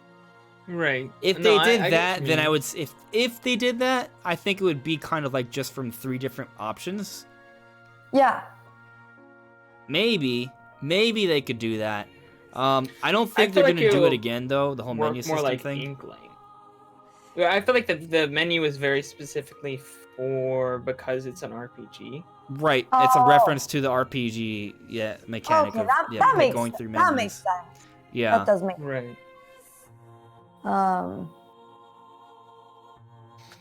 yeah. I kind of agree with Brandon though that I think they'll just use different abilities and mechanics from arms, and depending on which direction you choose your attacks. Yeah. Just kind of like Inkling, or Byleth, pretty much like that. Yeah. Let me see here. Classy lads. So when the last fighter for the last pass was being debated by excited fans, there was so much speculation, and it all ended up being incorrect because Nintendo ended up surprising fans by putting a character from a Fruit Fire Emblem in there. Do you think it would be smart to also consider characters that we would pass over because they are from games that already have characters in there? Well, I mean, I think you're right in taking in sort of like considering that, hey, maybe it's not what we expect, right? I mean, that's totally fair, because the reality situation is that our expectations are certainly broken many of the time, right? Like especially with Nintendo Direct Mini, right? Like we should always be considering different possibilities. Absolutely, I'm with you on that. And from that perspective, right? Like who could it be? I think really, like there are so many options. I think the whole premise of there being an ARMS character really just highlights the idea that it doesn't have to be something that hasn't been in Smash before. It could be something else, right? And to your point that maybe it'll be from a franchise that's already in there, right? Well, yeah, maybe we get another Xenoblade character like we're talking about, right? Maybe we get another Mario Kart character or Mario character, and it's Waluigi, right? Or maybe we get, I don't know, like. So there's the options are endless, really. Like we could get Geno, we could get Isaac, we could get Shovel Knight, we could get Shantae. And those are just from things that are somewhat represented in Smash, right? Like there's still a whole bunch of other stuff that haven't been in Smash yet, like Travis Touchdown for No More Heroes. That's an option, I think. And of course, there's the bigger third-party characters as well, like Crash and Dante and Rayman. I would personally love to see Racket Girl in there. Racket Girl and Racket Boy, or Sissel from Ghost Trick. Yes. You are a Ghost Trick fan. Freaking Ghost Trick is lit. You and like 3 other people love that game. Oh yeah. Yep. But here's the thing that might blow your mind. One of those other 3 people is Sakurai. Oh! Wait, really? No, I don't know. I don't know. Oh. Maybe, but yeah, we don't know. Maybe he likes Ghost Trick. Maybe, could be. Maybe. Yeah. So Matt Simon never added me. know. Um, Which Gen 8 Pokemon do you think will make it in the second pass? Hopefully none. Please. Yeah, I mean, God. a lot of people are thinking there could be a Pokemon character, and given that Nintendo does want to push some of their own characters, I do think that does open the door up for a Pokemon character. But just my personal perspective, I don't expect a Pokemon character. Incineroar was the last character for the base roster of Smash Ultimate. I don't think they need to add another one, right? So maybe not. But then again, right, there was a Fire Emblem character added in Smash Ultimate, which was Chrom, and then we still got Byleth. So, you know. But he was all Chrom was. He's a Echo? Yeah, he's an Echo fighter, isn't he? He's an Echo character, right? Yeah. So it's not like Incineroar is a brand new Well, from the character. yeah, adding Byleth because we got Chrom as an Echo somewhere during one of the characters in the Smash Ultimate new characters, right? So that wouldn't be as egregious as adding a new Pokemon character for the DLC when there was a whole new ground up Smash character, a Pokemon character as the final character for the base roster of Smash Ultimate, right? That would be even more egregious. But it could end up being great. It could be a great character. Like there's so many options. Was not expecting to have a Fire Emblem character that I did not hate entirely. Just for being a Fire Emblem character. I was actually, during the presentation at first I was very mad. And then I got over it. And I actually started to like what I was seeing. So maybe that will happen with a Pokemon character. Maybe it will just be a Pokemon that's just so different than the other Pokemon that it's great. But I have a hard time believing that would happen. Yeah. Matt Simon is suggesting Cinderace. I love Cinderace. Like, if there was a Smash character, another Pokemon character added to Smash, Cinderace I think would be really cool. My only problem with that is that there's already Charizard and Incineroar. Yeah, it's another and fire Incineroar type. as 2 fire type Pokemon fighters in Smash, and then you add a third one. Yeah, I don't even know who Cinderace is. There are 18 Pokemon types that they maybe use one of the other ones. Add a fairy type. There you go. Yeah, they need like a psychic, like put Ooh. Abracadabra in there. What's that? Abracadabra is one of my. I'll just say, I'm just a Gen 1 over technically here. there's Mewtwo, and Mewtwo is a psychic type. Oh, well, there you go. Oh, true. Okay. Yeah. Well, whatever. Yeah. But Grimmsnarl, as Dumo brought up, that's a fairy dark Grimmsnarl. type, right? That would be pretty unique to have in there. Is Grimmsnarl a fighting type? Fairy dark. Fairy dark? Oh, Yeah. what is that? Fairy dark. Fairy and dark. Yeah. It's fairly dark. So it's like only like so it's not like really dark. It's just fairly dark. Do you know how Grimmsnarl looks? No. He's a Oh, monster. Cinderace is okay. Yeah, he's a fire type starter. Okay, I didn't realize. I'm gonna show you. I'm gonna show you. About Pokemon. Oh wait, Kazoo, you're. I don't know if you can see. Can you see what I'm showing on the podcast or no? Yeah. Hang on. It's just about 20 years in time. That's Grimmsnarl. Okay. Let's see. Dang, I'm seeing like this realistic or semi-realistic render of Grimmsnarl, and he looks epic in that. Actually, What do you look? Semi-realistic. I'm going to go to Google Images. it's not. I wouldn't say realistic, but it's more Okay. of a realistic. You what's look like that? you're putting it up. You look like you're putting it up. Oh yeah, here we go. Oh yeah, okay, I see him now. I see Okay, Grim- I'm pretty sure I know what Grimmsnarl. Brandon's talking about in terms of the realistic one, and it's terrifying. It's got like Oh, the little really? pink creatures in the birds. Yeah, Yeah. It Oh, looks no. epic, so. it doesn't look right at all. No. That would be nuts. Yeah, I mean, so a Pokemon character is possible, but I don't really think there's a need for another Pokemon character, right? Like, we have a lot of that. Granted, if you look at Fire Emblem, there wasn't really a need for another Fire Emblem character, and we got one. And with Sword and Shield out, you know, maybe they want to push that. From that perspective, could happen, right? Like if Nintendo's like, hey, Sakurai, I know you don't want to put another Pokemon character, but hey, we want another Pokemon character. I feel like if it is, and they want to push that DLC as well. True, which is why I think it could be Kung Fu.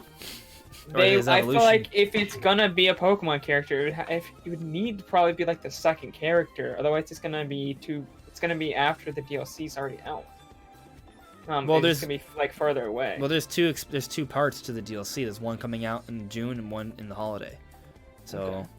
But even so, like, I don't know that the third character would be out by holiday, you know? I think the third character might be a couple months at least into. Well, I think the only reason the third character, right? Because we're having on the first one yet. Okay. The first one's coming in June. Hey, remember, this is going to span 2 years of 6 characters, so you gotta think they're gonna be pretty spread out there. Especially with COVID-19. COVID-19 could delay things. Yeah, there you go. Too. I don't think the third one would be out. You know, it'd be a little bit too far after the DLC to really impact the sales there. Right. Yeah, could be. I mean, they could just get a boost of sales like a couple months after the DLC's already out, but I would think if they were specifically going to do something because the DLC, that they would want it out around the same time. Yeah, Matt Simon added me.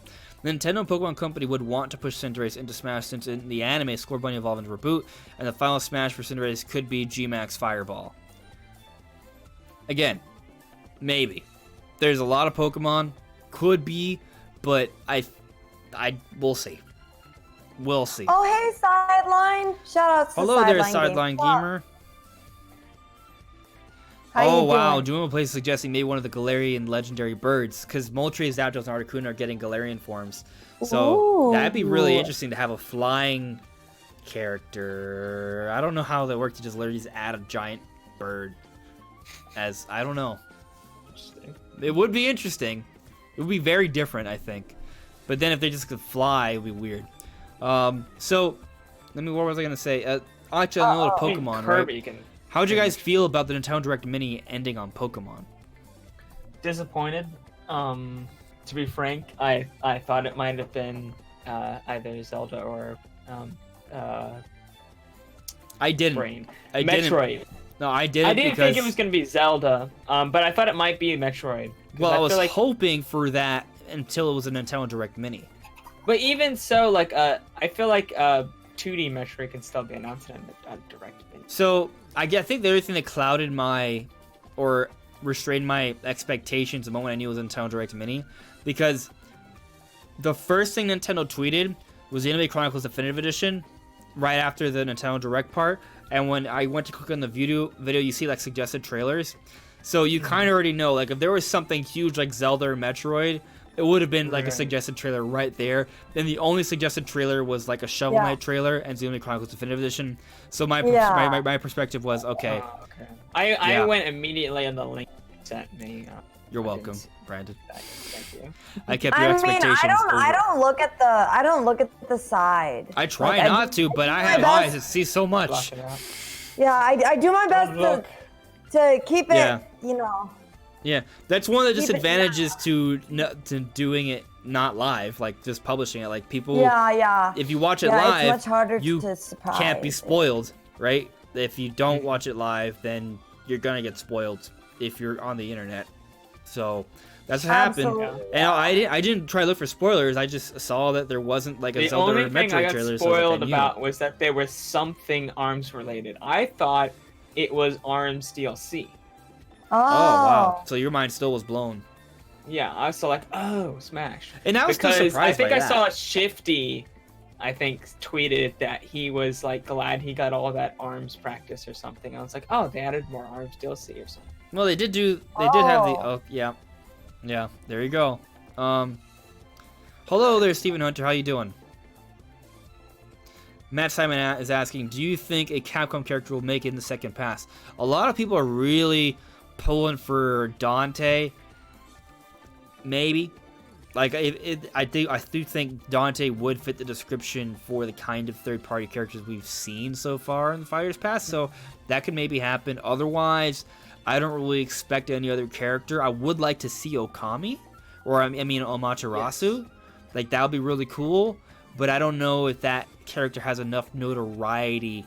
I in the feel like Nintendo Okami community. is pretty big in the Nintendo. You think it's big enough? Yeah, I think yeah, it's definitely I big think enough, so.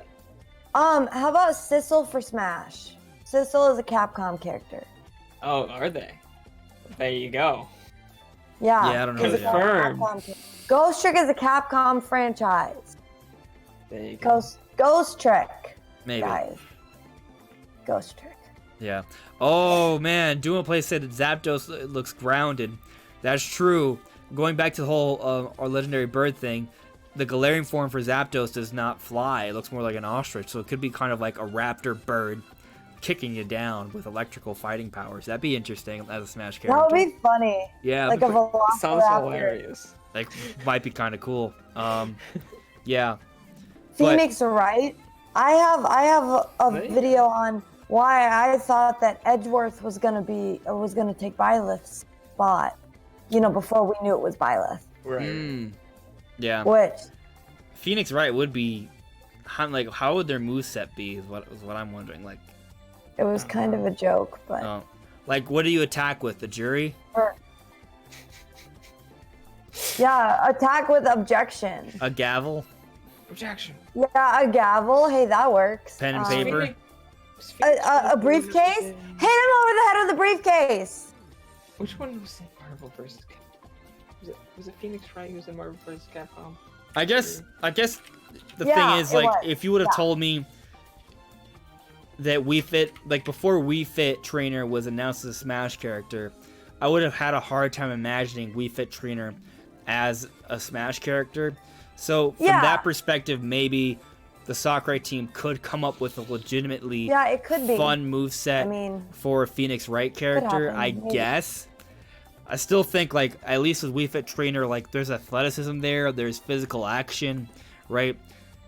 Phoenix Wright is that's lawyer and prosecution stuff. Right? So, like, I'm literally watching Phoenix Wright in Marvel vs. Capcom 3. He's literally just pointing and slamming people with the word objection and stuff. objection. It's like objection and just pointing at people. oh, because he wasn't a Hold it. fighting game. All right, Yeah. okay. That would Hold be it. that would be He's nuts. in Ultimate Marvel vs. Capcom 3. So, What about Professor Layton? No, that's not Capcom. That's not. Nah. That's like level 5 or something. yeah, I think so. yeah. Some So people want Professor Layton. Yeah. we're pretty much down to like the last 30 minutes to the podcast, so I kind of Okay. want to move on a little bit, right? I mean, we can No. go back if we want to, but I just want to kind of get through the different stuff here. Now, Yes. so, what is like one third-party thing that you saw that has you like pretty excited? Like the biggest thing for me, besides seeing Xenoblade Chronicles Definitive Edition and Panzer Dragoon and the ARMS character, was like I'm excited for Pokemon, but that was kind of like a known quantity for me, so it wasn't really like too much new information there that made me want it more. I already know I'm getting it. The only other thing that I got confirmed that I was like yes, even though I pretty much knew what was happening, was BioShock the Collection. That I'm like, okay, this is gonna be good to have. What was weird though is that it's coming out May 27th. Like there's a lot of games coming out like May 27th. Yeah. And Xenoblade's coming out May 29th. May 27th and 29th. All being shoved at the end of May. May's Yeah. gonna be a good month. It's gonna be another March 20. Everything was shoved into the Animal Crossing Doom area, and now everything's being shoved into the end of May.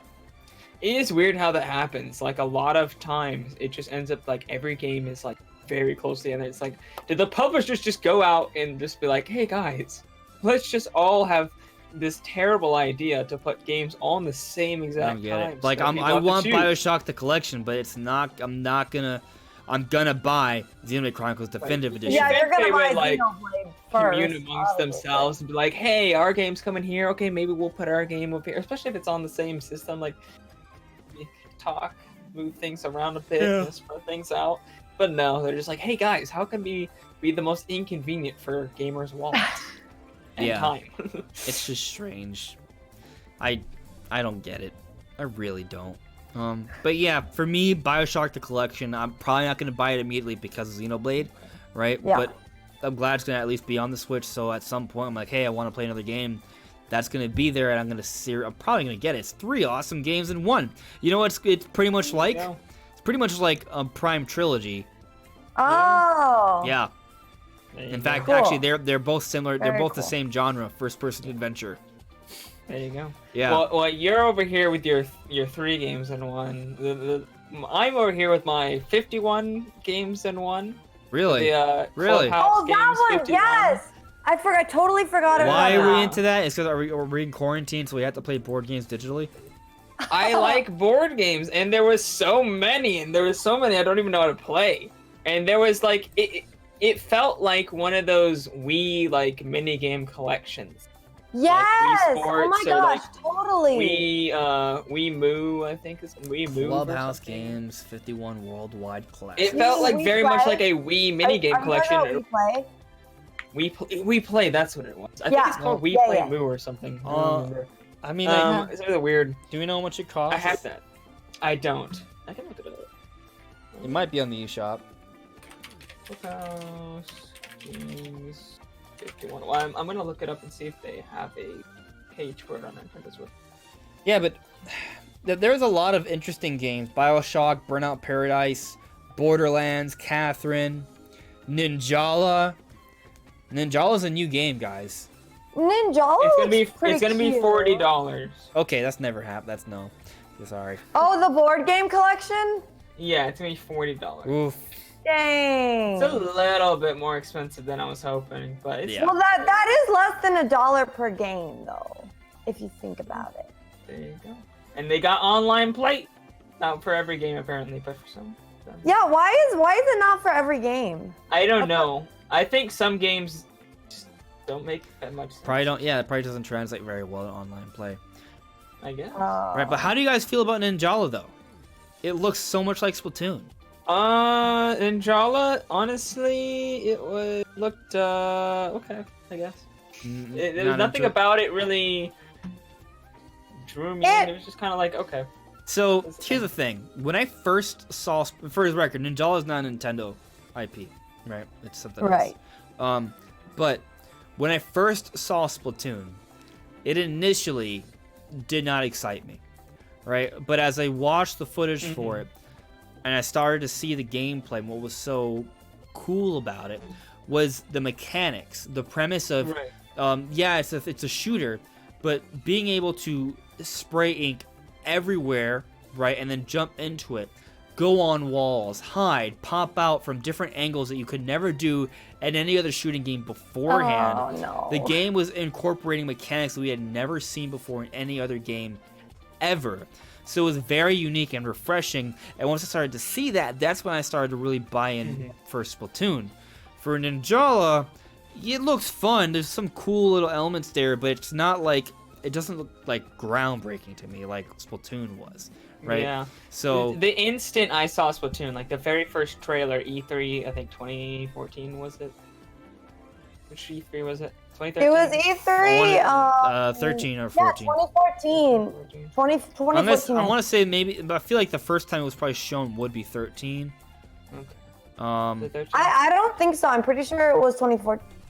No. wait. Splatoon 20 Yeah, I'm came pretty out in sure it was 2014.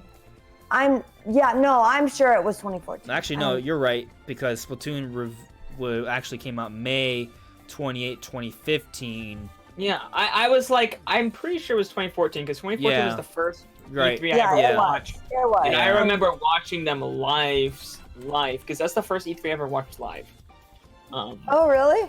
Yeah. Yes, Splatoon same the actually. Brother. Actually, same. Well, wait, no, did I watch it live? I think it was just the first E3 I ever watched. Okay. Yeah, I watched E3 2014 live. That was the first E3 I actually knew that it was a thing.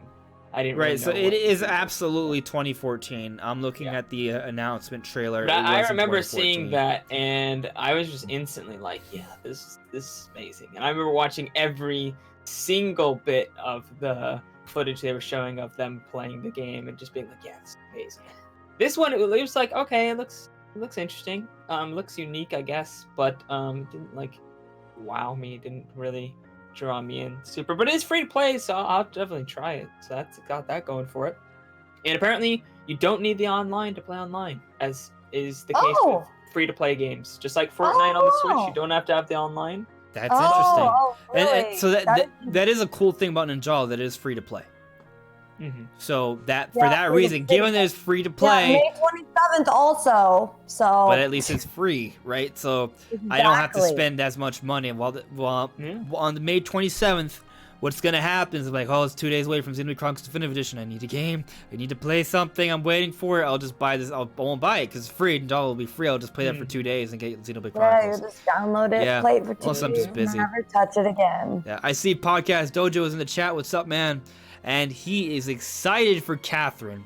Yeah, I never actually got around to playing Catherine, so I might give it a try on Switch. Catherine looks like one of those games where you'd like pause if somebody else walk in the room. Like you wouldn't play it in front of somebody else. Well, the puzzle part's fine.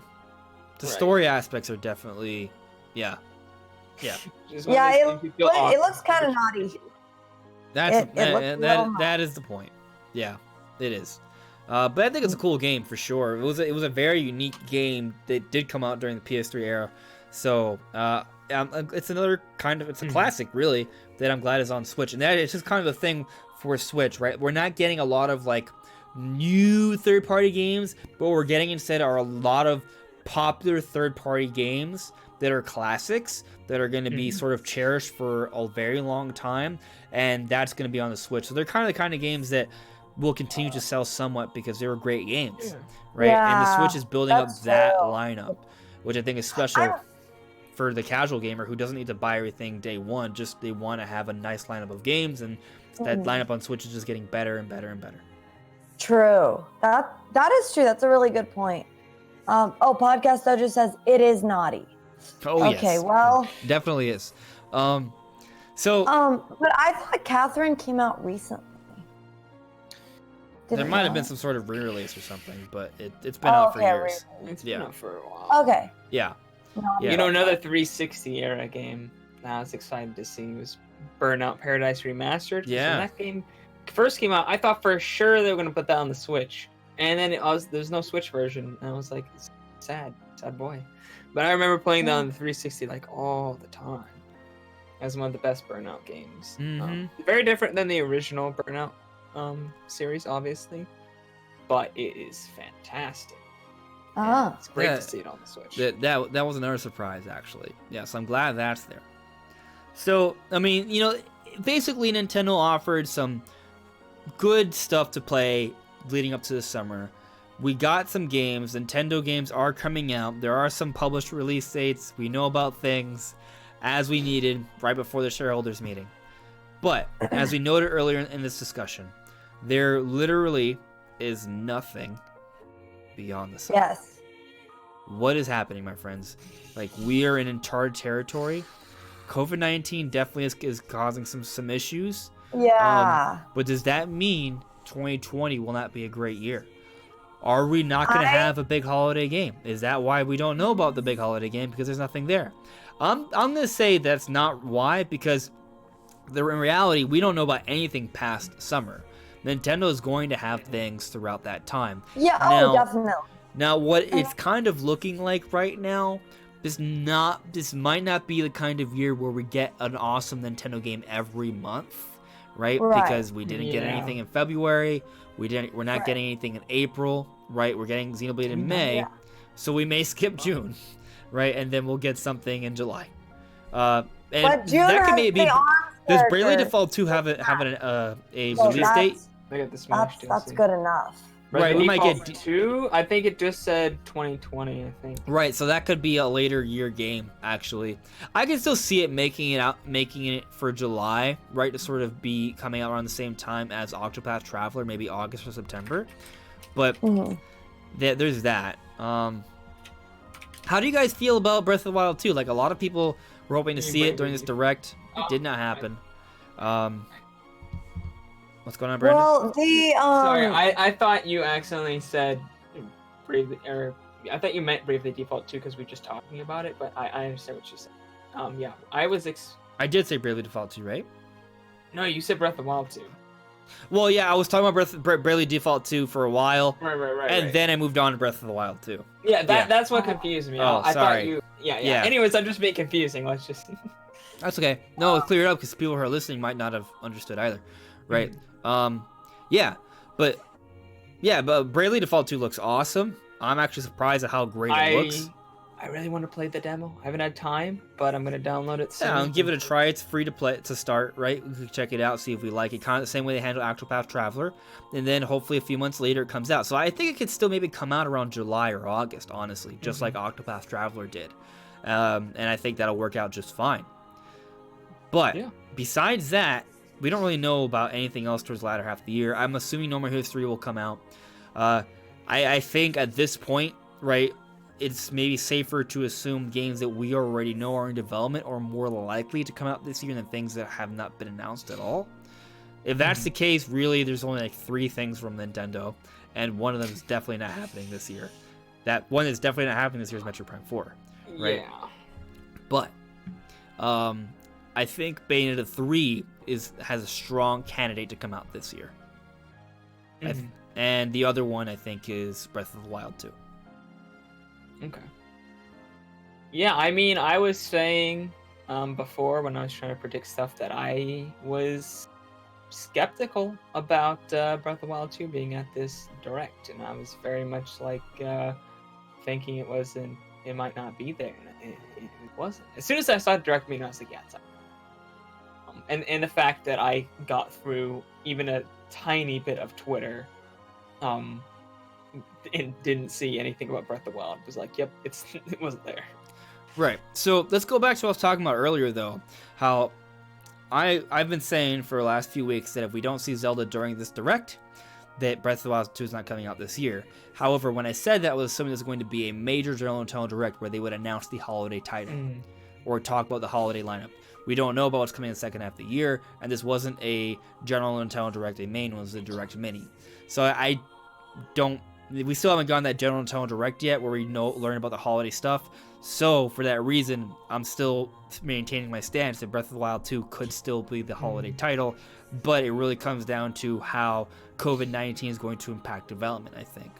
I would assume that by this point, they'd be very late into development, right? Because it's a sequel. They already have the physical engine in place. They were working on concepts all throughout 2017, and they announced that they were developing the next game at the end of 2017. So they've been working on it for a while, right? So working from home to finish up some parts for a couple months and then closing things out in the second half of the year before they go gold, I think that is within the cards. I don't know if it'll happen, right? But I'm still holding out hope that that is the big holiday game. I mean, I've been saying for months and months and months, I mean, even into last year, that I didn't think we would see anything until E3 2020. I did change a little bit thinking, because you brought up that we might get a release date announcement in a direct, and I was like, okay, I think that could happen. But I've always been kind of like, I think they might, they could just... I mean, at this point, it kind of has to be that, right? Yeah. And when all the COVID-19 stuff happened, that really cemented that I didn't think we would see anything until E3. Yeah. Well, the thing is, for me, I'm not even personally sure that we will have a direct presentation around that time. I think you brought up a good point that everyone else is doing it then, so Nintendo may feel that we should just do it around then as well. But it's Nintendo. They'll be like, hey, we're going to do things differently. They always want to do something different, right? So my thing is just that E3 is such a big deal. Even if it's not technically E3, like, it's still that expectation of E3. that whole time in the summer. Yeah, and Nintendo has kind of been the champions of E3. So for them to just suddenly be like, oh, yeah, we're just going to do our own thing, even if E3's technically not happening, like, everybody's kind of agreed that, like, the digital thing, that is still E3, I don't know. The thing is, I don't even go from the champions of E3 to just being like, who cares? I guess the thing is, I don't know how they're going to handle it, right? Like, because it's not an event like a physical event? Like, are the digital presentations going to even be all within the same time frame, right? Like, is it all going to be like the first 2 or 3 days of the week, or is it going to be spread out over the course of a couple weeks, right? Because if it's digital presentation, they're not forced to do something during a specific time slot for a live conference. So there's a lot more free reign here, a lot more movability of time slots and when they can have their presentations. Right. I mean, know. Technically, Nintendo has been doing digital, so it's not like if they didn't care about E3 at all, they could just never have gone. Well, here's the other thing, though. They still had that presentation. Right, I know what you mean, but they still have had that presentation right before Treehouse event, and what they showed during the presentation, you know, a lot of that is featured during the Treehouse footage, which they have for a few hours. But they have had Treehouse outside of E3 before. Right, so they could do that too. They could set it up in a safe way, right, where people who are tested and like, hey, you guys are clean, let's do this, let's have Treehouse here and stream it to everyone. They could maybe do that. And Nintendo could host their own personal E3. That's great, but here's the thing. They'll host their own personal E3, which may mean it may not happen on a Tuesday, right, or a Wednesday or whatever, how they usually have been the last few years. I'm prepared for it to happen a little bit later, actually, especially given how late this Direct Mini came in. You know, there's that. However, actually, one thing to take into consideration here is that we have to sort of look at when everything is drying up and for the games that we do know about, right? And then think, okay, when is Nintendo going to absolutely need to start making new announcements, right? And it's like June. June, and you're right, yeah. Still in June. So it's still in June, right? Because Xenoblade Chronicles Definitive Edition comes out May 29th. And when is the next shareholders meeting? Like the quarter 3? Or actually, it would be quarter 2. The next shareholders meeting, it would have to be at the end of May, right? Or no, at the end of June. Sorry, the end of June. June or July. Because it's 3, 6, 9, 12, right? Or no? Yeah. Yeah, you're right. So, yeah, it'd be in June. Yep. Yeah, so I feel like obviously it doesn't have to be the same. I'm not saying it has to be the same day or the same exact. Well, it could be sometime. I think in that month. Yeah, I think you're right. I think it has to happen by the end of June, but it may not happen the beginning of June like we want. Right.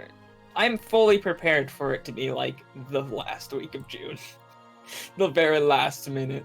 Well, hopefully by that point, though, things are sort of more set in stone as in terms of like what we know is happening, right? Like the pandemic's a little bit more controlled and people are starting to resume their normal activities then, right? Well, some of the experts believe that, I think, that things are going to calm down over the summer, but there might be then another flare-up in the fall. Like the Spanish flu.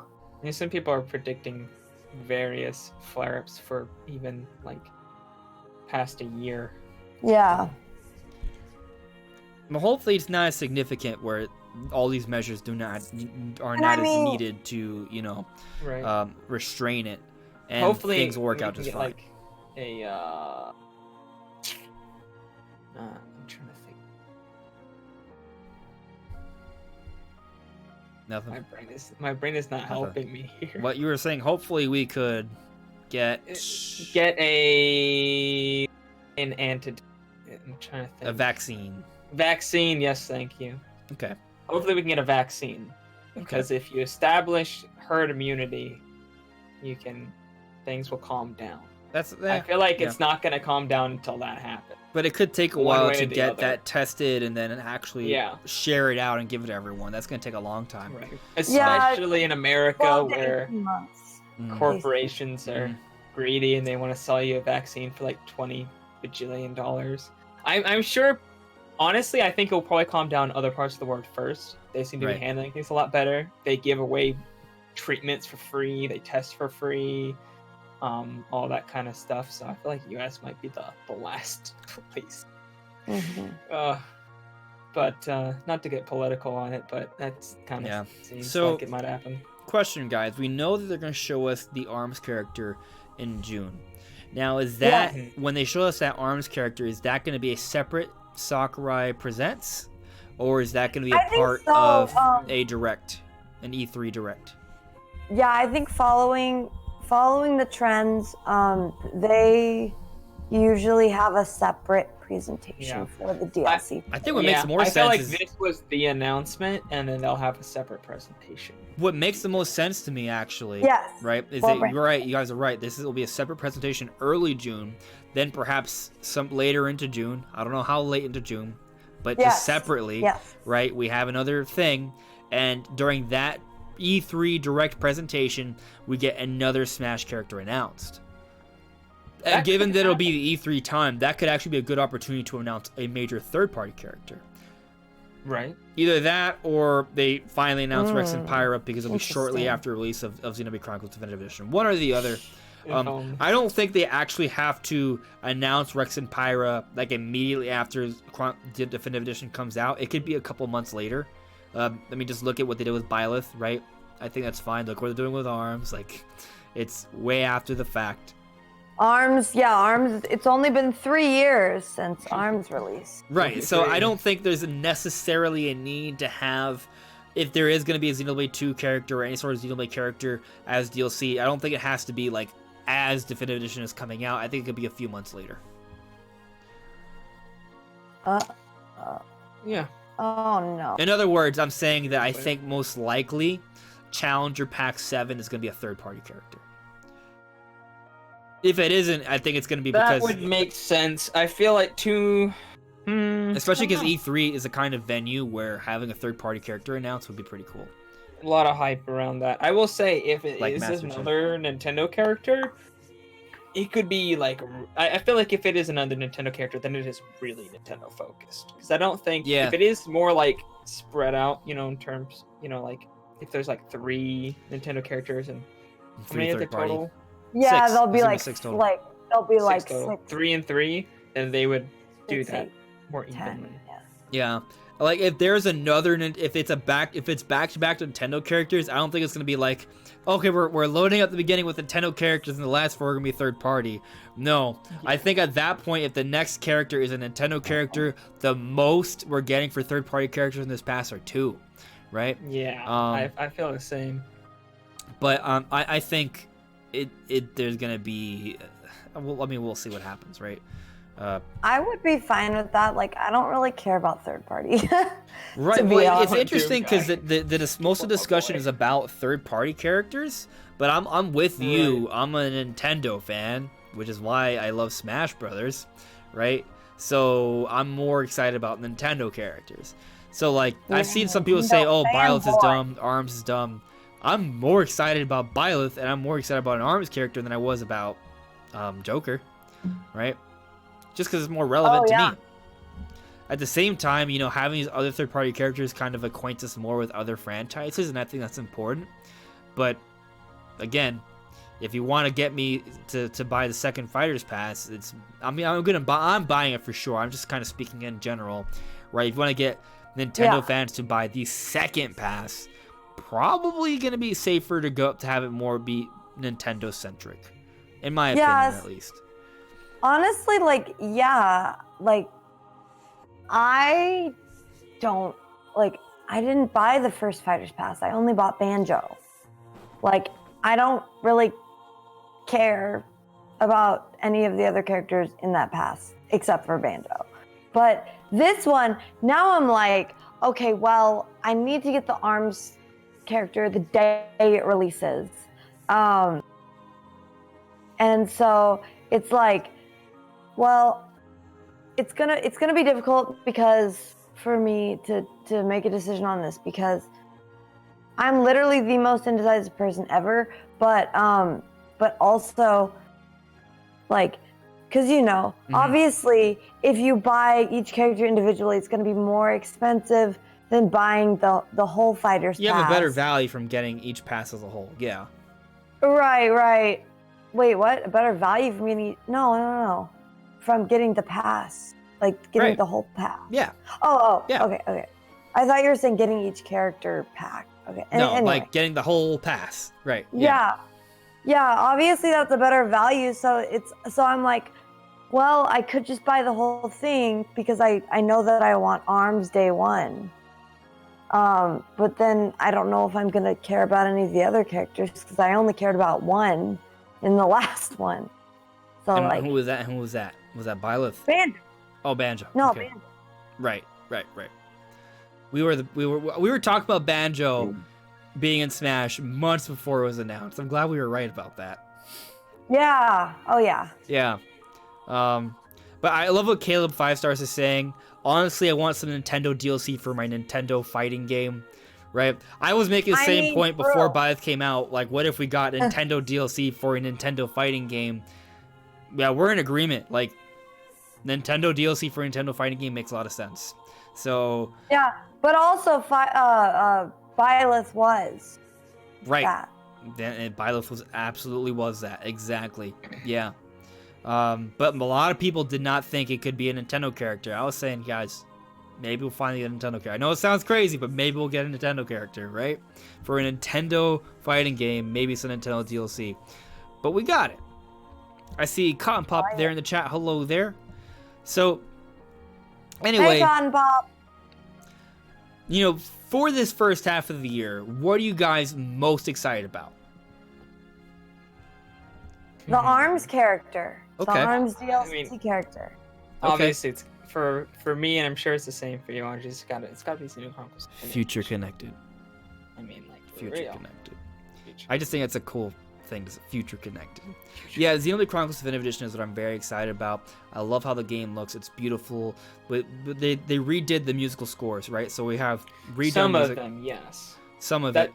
they didn't. They specifically said some of the tracks have been redone. I mean, so. not all of it really needs to be redone. No, I mean the music was absolutely fantastic. But yeah, so redone music. The mechanics have been brushed up a little bit. The menus have been brushed up a little bit. The graphics are... It's on a completely different engine, right? Yeah. So it's on a completely new engine. It's gorgeous. They're adding an epilogue story, which we don't know how long it is, but given that it's a separate actual option to pick from, and it has its own name, to me it's being treated as another Xenoblade game, just like Torna. So I'm expecting at least a 10-hour campaign here, maybe 20 or more, right? Yeah. So that's it's like more new game. They're giving us a little bit of new game along with this really impressive remake. Like if there was no epilogue story, this would still be the most ambitious like remake for Nintendo standards, right? Because Nintendo doesn't really do. The cutscenes look so good. Oh, they are so much. The better. cutscenes are so impressive to me. Absolutely. Especially if you compare them to the original. The original, you're like, what is this? I'm just over the moon for Definitive Edition. This is gonna be huge for me. I'm probably gonna cry when I play this game. It's gonna be special. And I think the thing is that this is another opportunity for people to see and recognize how great Xenoblade Chronicles is. I don't think, like I've been telling you guys, right? One of the greatest games ever made. Yeah, it is. My 4 favorite franchises are 3D Legend of Zelda, 3D Super Mario, Metroid Prime, and Xenoblade Chronicles. There's a reason for this. Because to me, Xenoblade, that single-player adventure, taking you into that beautiful world and sort of delving into it, is just as special as Metroid Prime, one of the highest-rated games of all time, as the best of Super Mario, like Odyssey and Galaxy, some of the highest-rated games of all time, like Legend of Zelda, Ocarina of Time, Breath of the Wild, also some of the highest-rated games of all time. Xenoblade Chronicles, to me, is that special. And I think, with this remake of pretty much indisputably the best RPG of the Wii PS3 360 generation, people are going to get an opportunity to play this game modernized, and it's going to be a beautiful experience for a lot of people who didn't actually get to try it out. So if you like RPGs at all, you should absolutely play Xenoblade Chronicles. And checking out the Metacritic score, speaking of rating, it has a 92 on Metacritic. And a 9.2 user score. It's its exact same. That's pretty good. If I liked RPGs, I might give it a try. Or I would probably give it a try. It is my favorite RPG. What do you like RPGs? Nah, not really. No. Yeah, not really. Do you like Zelda? Yeah, I do. I do like Zelda. Yeah, I mean it's not an RPG though. Yeah, I mean, I guess at the end of the day, it is an RPG. I do think the RPG mechanics of Xenoblade are a bit refreshing. It's not as grueling or, I guess, frustrating as other RPGs. But, okay. it's still an RPG. So. Yeah. But it's a great one. So I'm very excited about this. Now, moving past what we were excited about for the Direct Mini, right? Like, just one more thing to sort of end the discussion here. What, like, in your opinion, what do you think we could get in the second half of the year? Like, what is there going to be? The Beyond. What is beyond Summer 2020?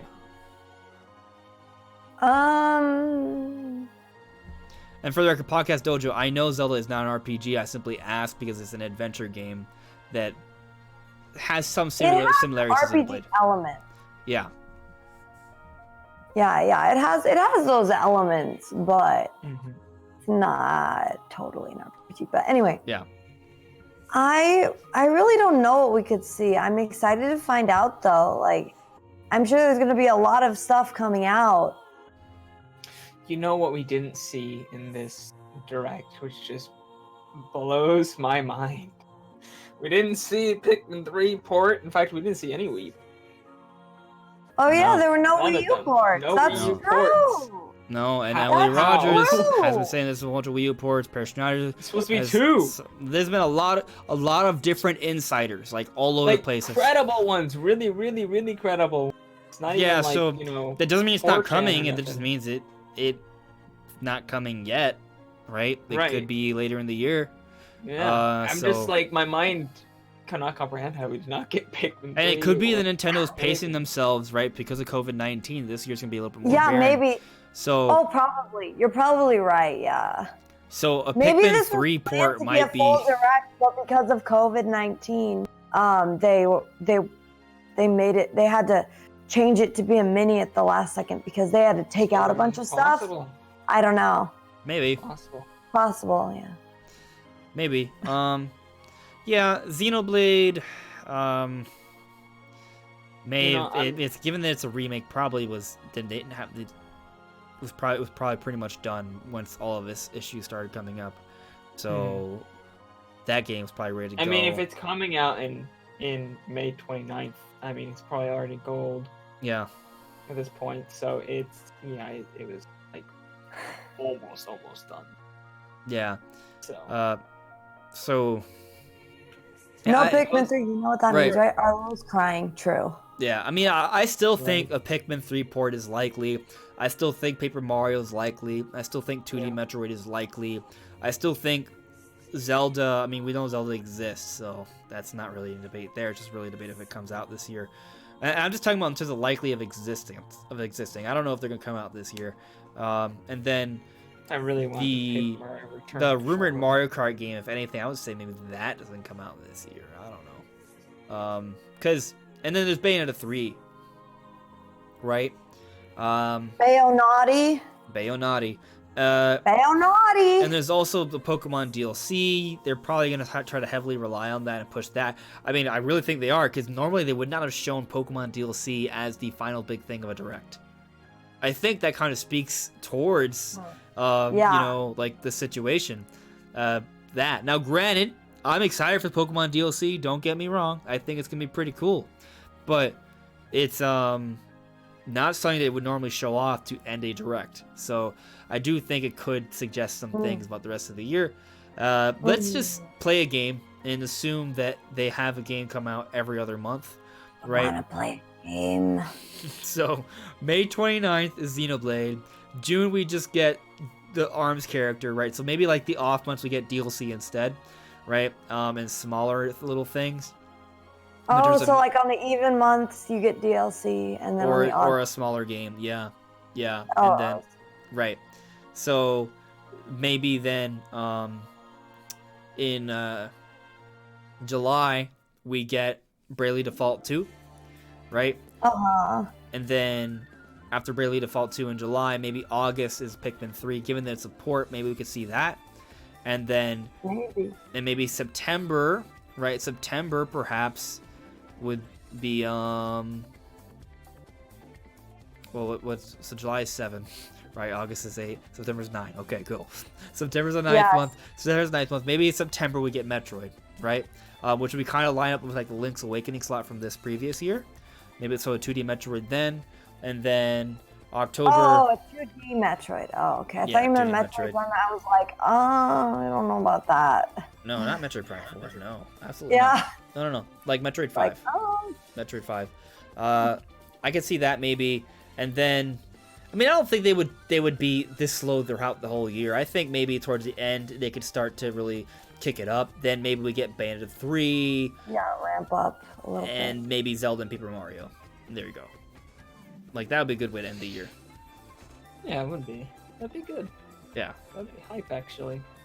Yeah, if they can close out the end of the year with Bayonetta 3, Paper Mario, and Zelda, that'd be pretty strong. I'd be hyped as well. Yeah. I think they'll do that. Like, yeah, 2D Metroid, Paper Mario, Bayonetta 3, and Zelda, I think, would be a strong finish to the year. Mm-hmm. But until then, we're going to be tied over Xenoblade Chronicles Definitive Edition, Bravely Default 2, and maybe Pikmin 3. Like, that's what, like, kind of, like, holds us off until that part of the year. And maybe you sub out one of those Save games off the for this angry supposed fan. new Mario Kart game. Yeah. Or maybe somehow all of that's there. Some magical way. Some magical way. Yeah, we'll see. Yeah, but that's pretty much it. You guys have any thoughts on that or anything to add there? I don't think so. No? Yeah, I don't know if I have. I don't know if I have any more thoughts on that. No crazy theories? No crazy predictions? I just really want Ghost Zelda. Trick 2! Ghost Trick. Okay, that could be. There you Maybe. go. That could happen. Who even knows? You never know. You never know. Yeah. But Well, Hideki Kamiya, he actually oh, I forgot about No More Heroes 3. That's totally happening, right? But I don't What? expect that to be a major, big game. What? No More Heroes 3. Oh, yeah. Yeah. That's true. But Hideki Kamiya, he actually put out a poll saying like, oh, which game do you want more? And then like Ghost Trick was on there. Really? So of course I voted for that, and I think that was the one that was winning whenever I voted on that. And then Seriously? of course I responded to his tweet, in English. And he blocked so you. he blocked me. He blocked you. Yeah, he blocked me. So There you go. which of course is like basically a meme at this point, but I was like offended, like that's so dumb. Why block someone first? That's what he does. He's an artist. Just let it go. I know. Just let it go. Yeah. I know. Man. But like, yeah, whatever. Yeah, so I don't want to be a negative Nancy. I think this year can still be amazing, right? We still have the huge potential for Zelda, right? That's been developed for a while at this point. So I think Nintendo could still find a way to pull that off. Like if they already had plans to have it come out by this year, they could maybe find a way to work from home for a couple months and still have the game come out on time by the end of the year, right? I think that's possible. Even if not, Bayonetta 3 has also been developed for a long time. That game could be nearing completion as well. A Pikmin 3 port, I think that is something that Nintendo could be saving in their holster to shoot out if they need to fill out a gap. So there's that. Since we're speaking on gaps, right? Like another one that could be something Nintendo's simply saving for a rainy day, Metroid Prime 3 Trilogy. Metroid Prime Trilogy, period, which includes all 3 games. Like that could also be something that they could just pump out this year. Metroid Prime 3 trilogy. That's right. It's just the same game, 3 different Divide, yeah, from a different perspective. Yes, First person, or third divide person, it up second into 3 person. parts. Don't ask me what second person is. Yeah. So maybe, but I'm just saying that there could be games like that Nintendo could just bring out. Games that are really late into development that they could still find a way to get done by this point, and games that are short or not short, just easy to work on, like remasters and ports. So I think that there's still a way Nintendo could still have this be a really great year, and maybe that they are finding a way to mitigate the amount of delays there's going to be, right? Maybe spacing things out just a little bit more, right? So like we are kind of going through a slow period as it is, right? So maybe this slow period is that COVID-19 situation, right? We're not getting like a big major game every single month, but it's gonna be every other month. But towards the end of the year, maybe Nintendo can still find a way to like just end things really strong. And even if this year ends up being bad, I'm just gonna say that in May we're getting Xenoblade Chronicles Definitive Edition with Future Connected. So There you go. I'm telling you guys, Sure. this is special. Okay, Us Xenoblade RPG Chronicles. Hey, us RPG fans are having a pretty decent year already. Good. Xenoblade Chronicles Definitive Edition, and we got Brave the Default 2 announced, so it's not Yeah. And like we there's ain't got nothing. there's that one. What is it like? King's Blood 2? No. Yes. If you're a I'm not- What is that tactical one RPG called? fan, King's Bounty The 2. tactical RPG, I think. King's Bounty 2 is the one. King's Bounty. Is that I how- knew it was yeah. something that started with a B. King's B. Is that how we define Fire Emblem as a tactical RPG?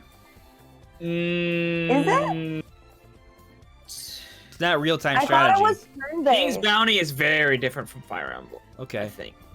but it is. I think it's more like Fire Emblem I is an thought RPG Fire though. Emblem was- Yeah. It's I a thought tactic. Fire Emblem- It has tons of RPG elements, and it's a tactical war game. So, you know what I mean? Like, wouldn't Mm-hmm. you define Fire Emblem as a tactical RPG? You can have two games of the same genre, and they Maybe. can still be completely different. Yeah. I think That's a true. good That's true. definition of it. Like, you King's could, like, for Bounty example, Horizon Zero Dawn and Breath of the Wild are both open world adventure games, but they're not the same at all, right? Yeah. Metroid Prime and BioShock are first-person adventures, and they're pretty different.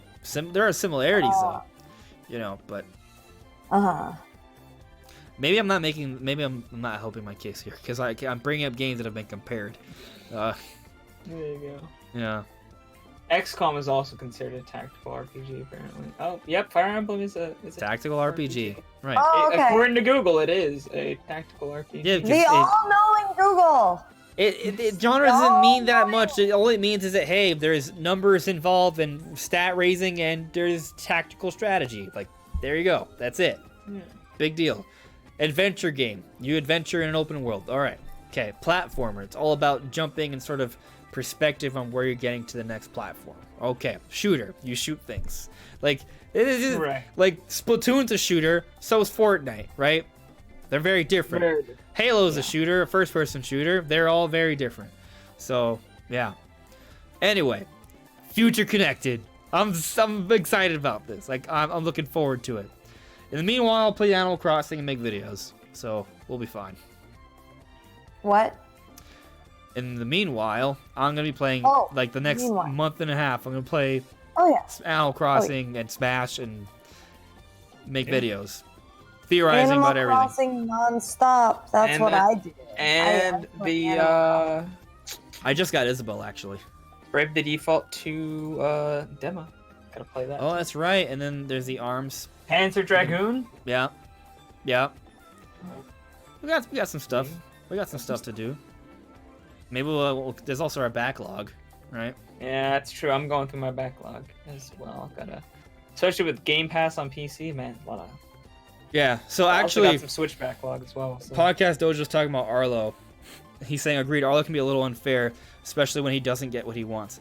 Like, so I've in the past like said, oh, I don't always like Arlo's opinions. He's a nice person, from what I understand. He's very funny, but recently I don't like a lot of the conclusions he makes sometimes, or at least the reason he comes to those conclusions.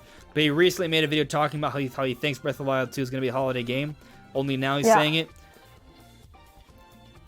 My thing is that his reasoning for why Breath of the Wild 2 wasn't coming out this year wasn't as layered as why I think it is, right? Like, for example, he saw a trailer, he didn't see gameplay, so he was thinking, okay, maybe it's not that far along. But my perspective, oh, maybe I'm mistaken for someone else. I could be. So I don't want to pair.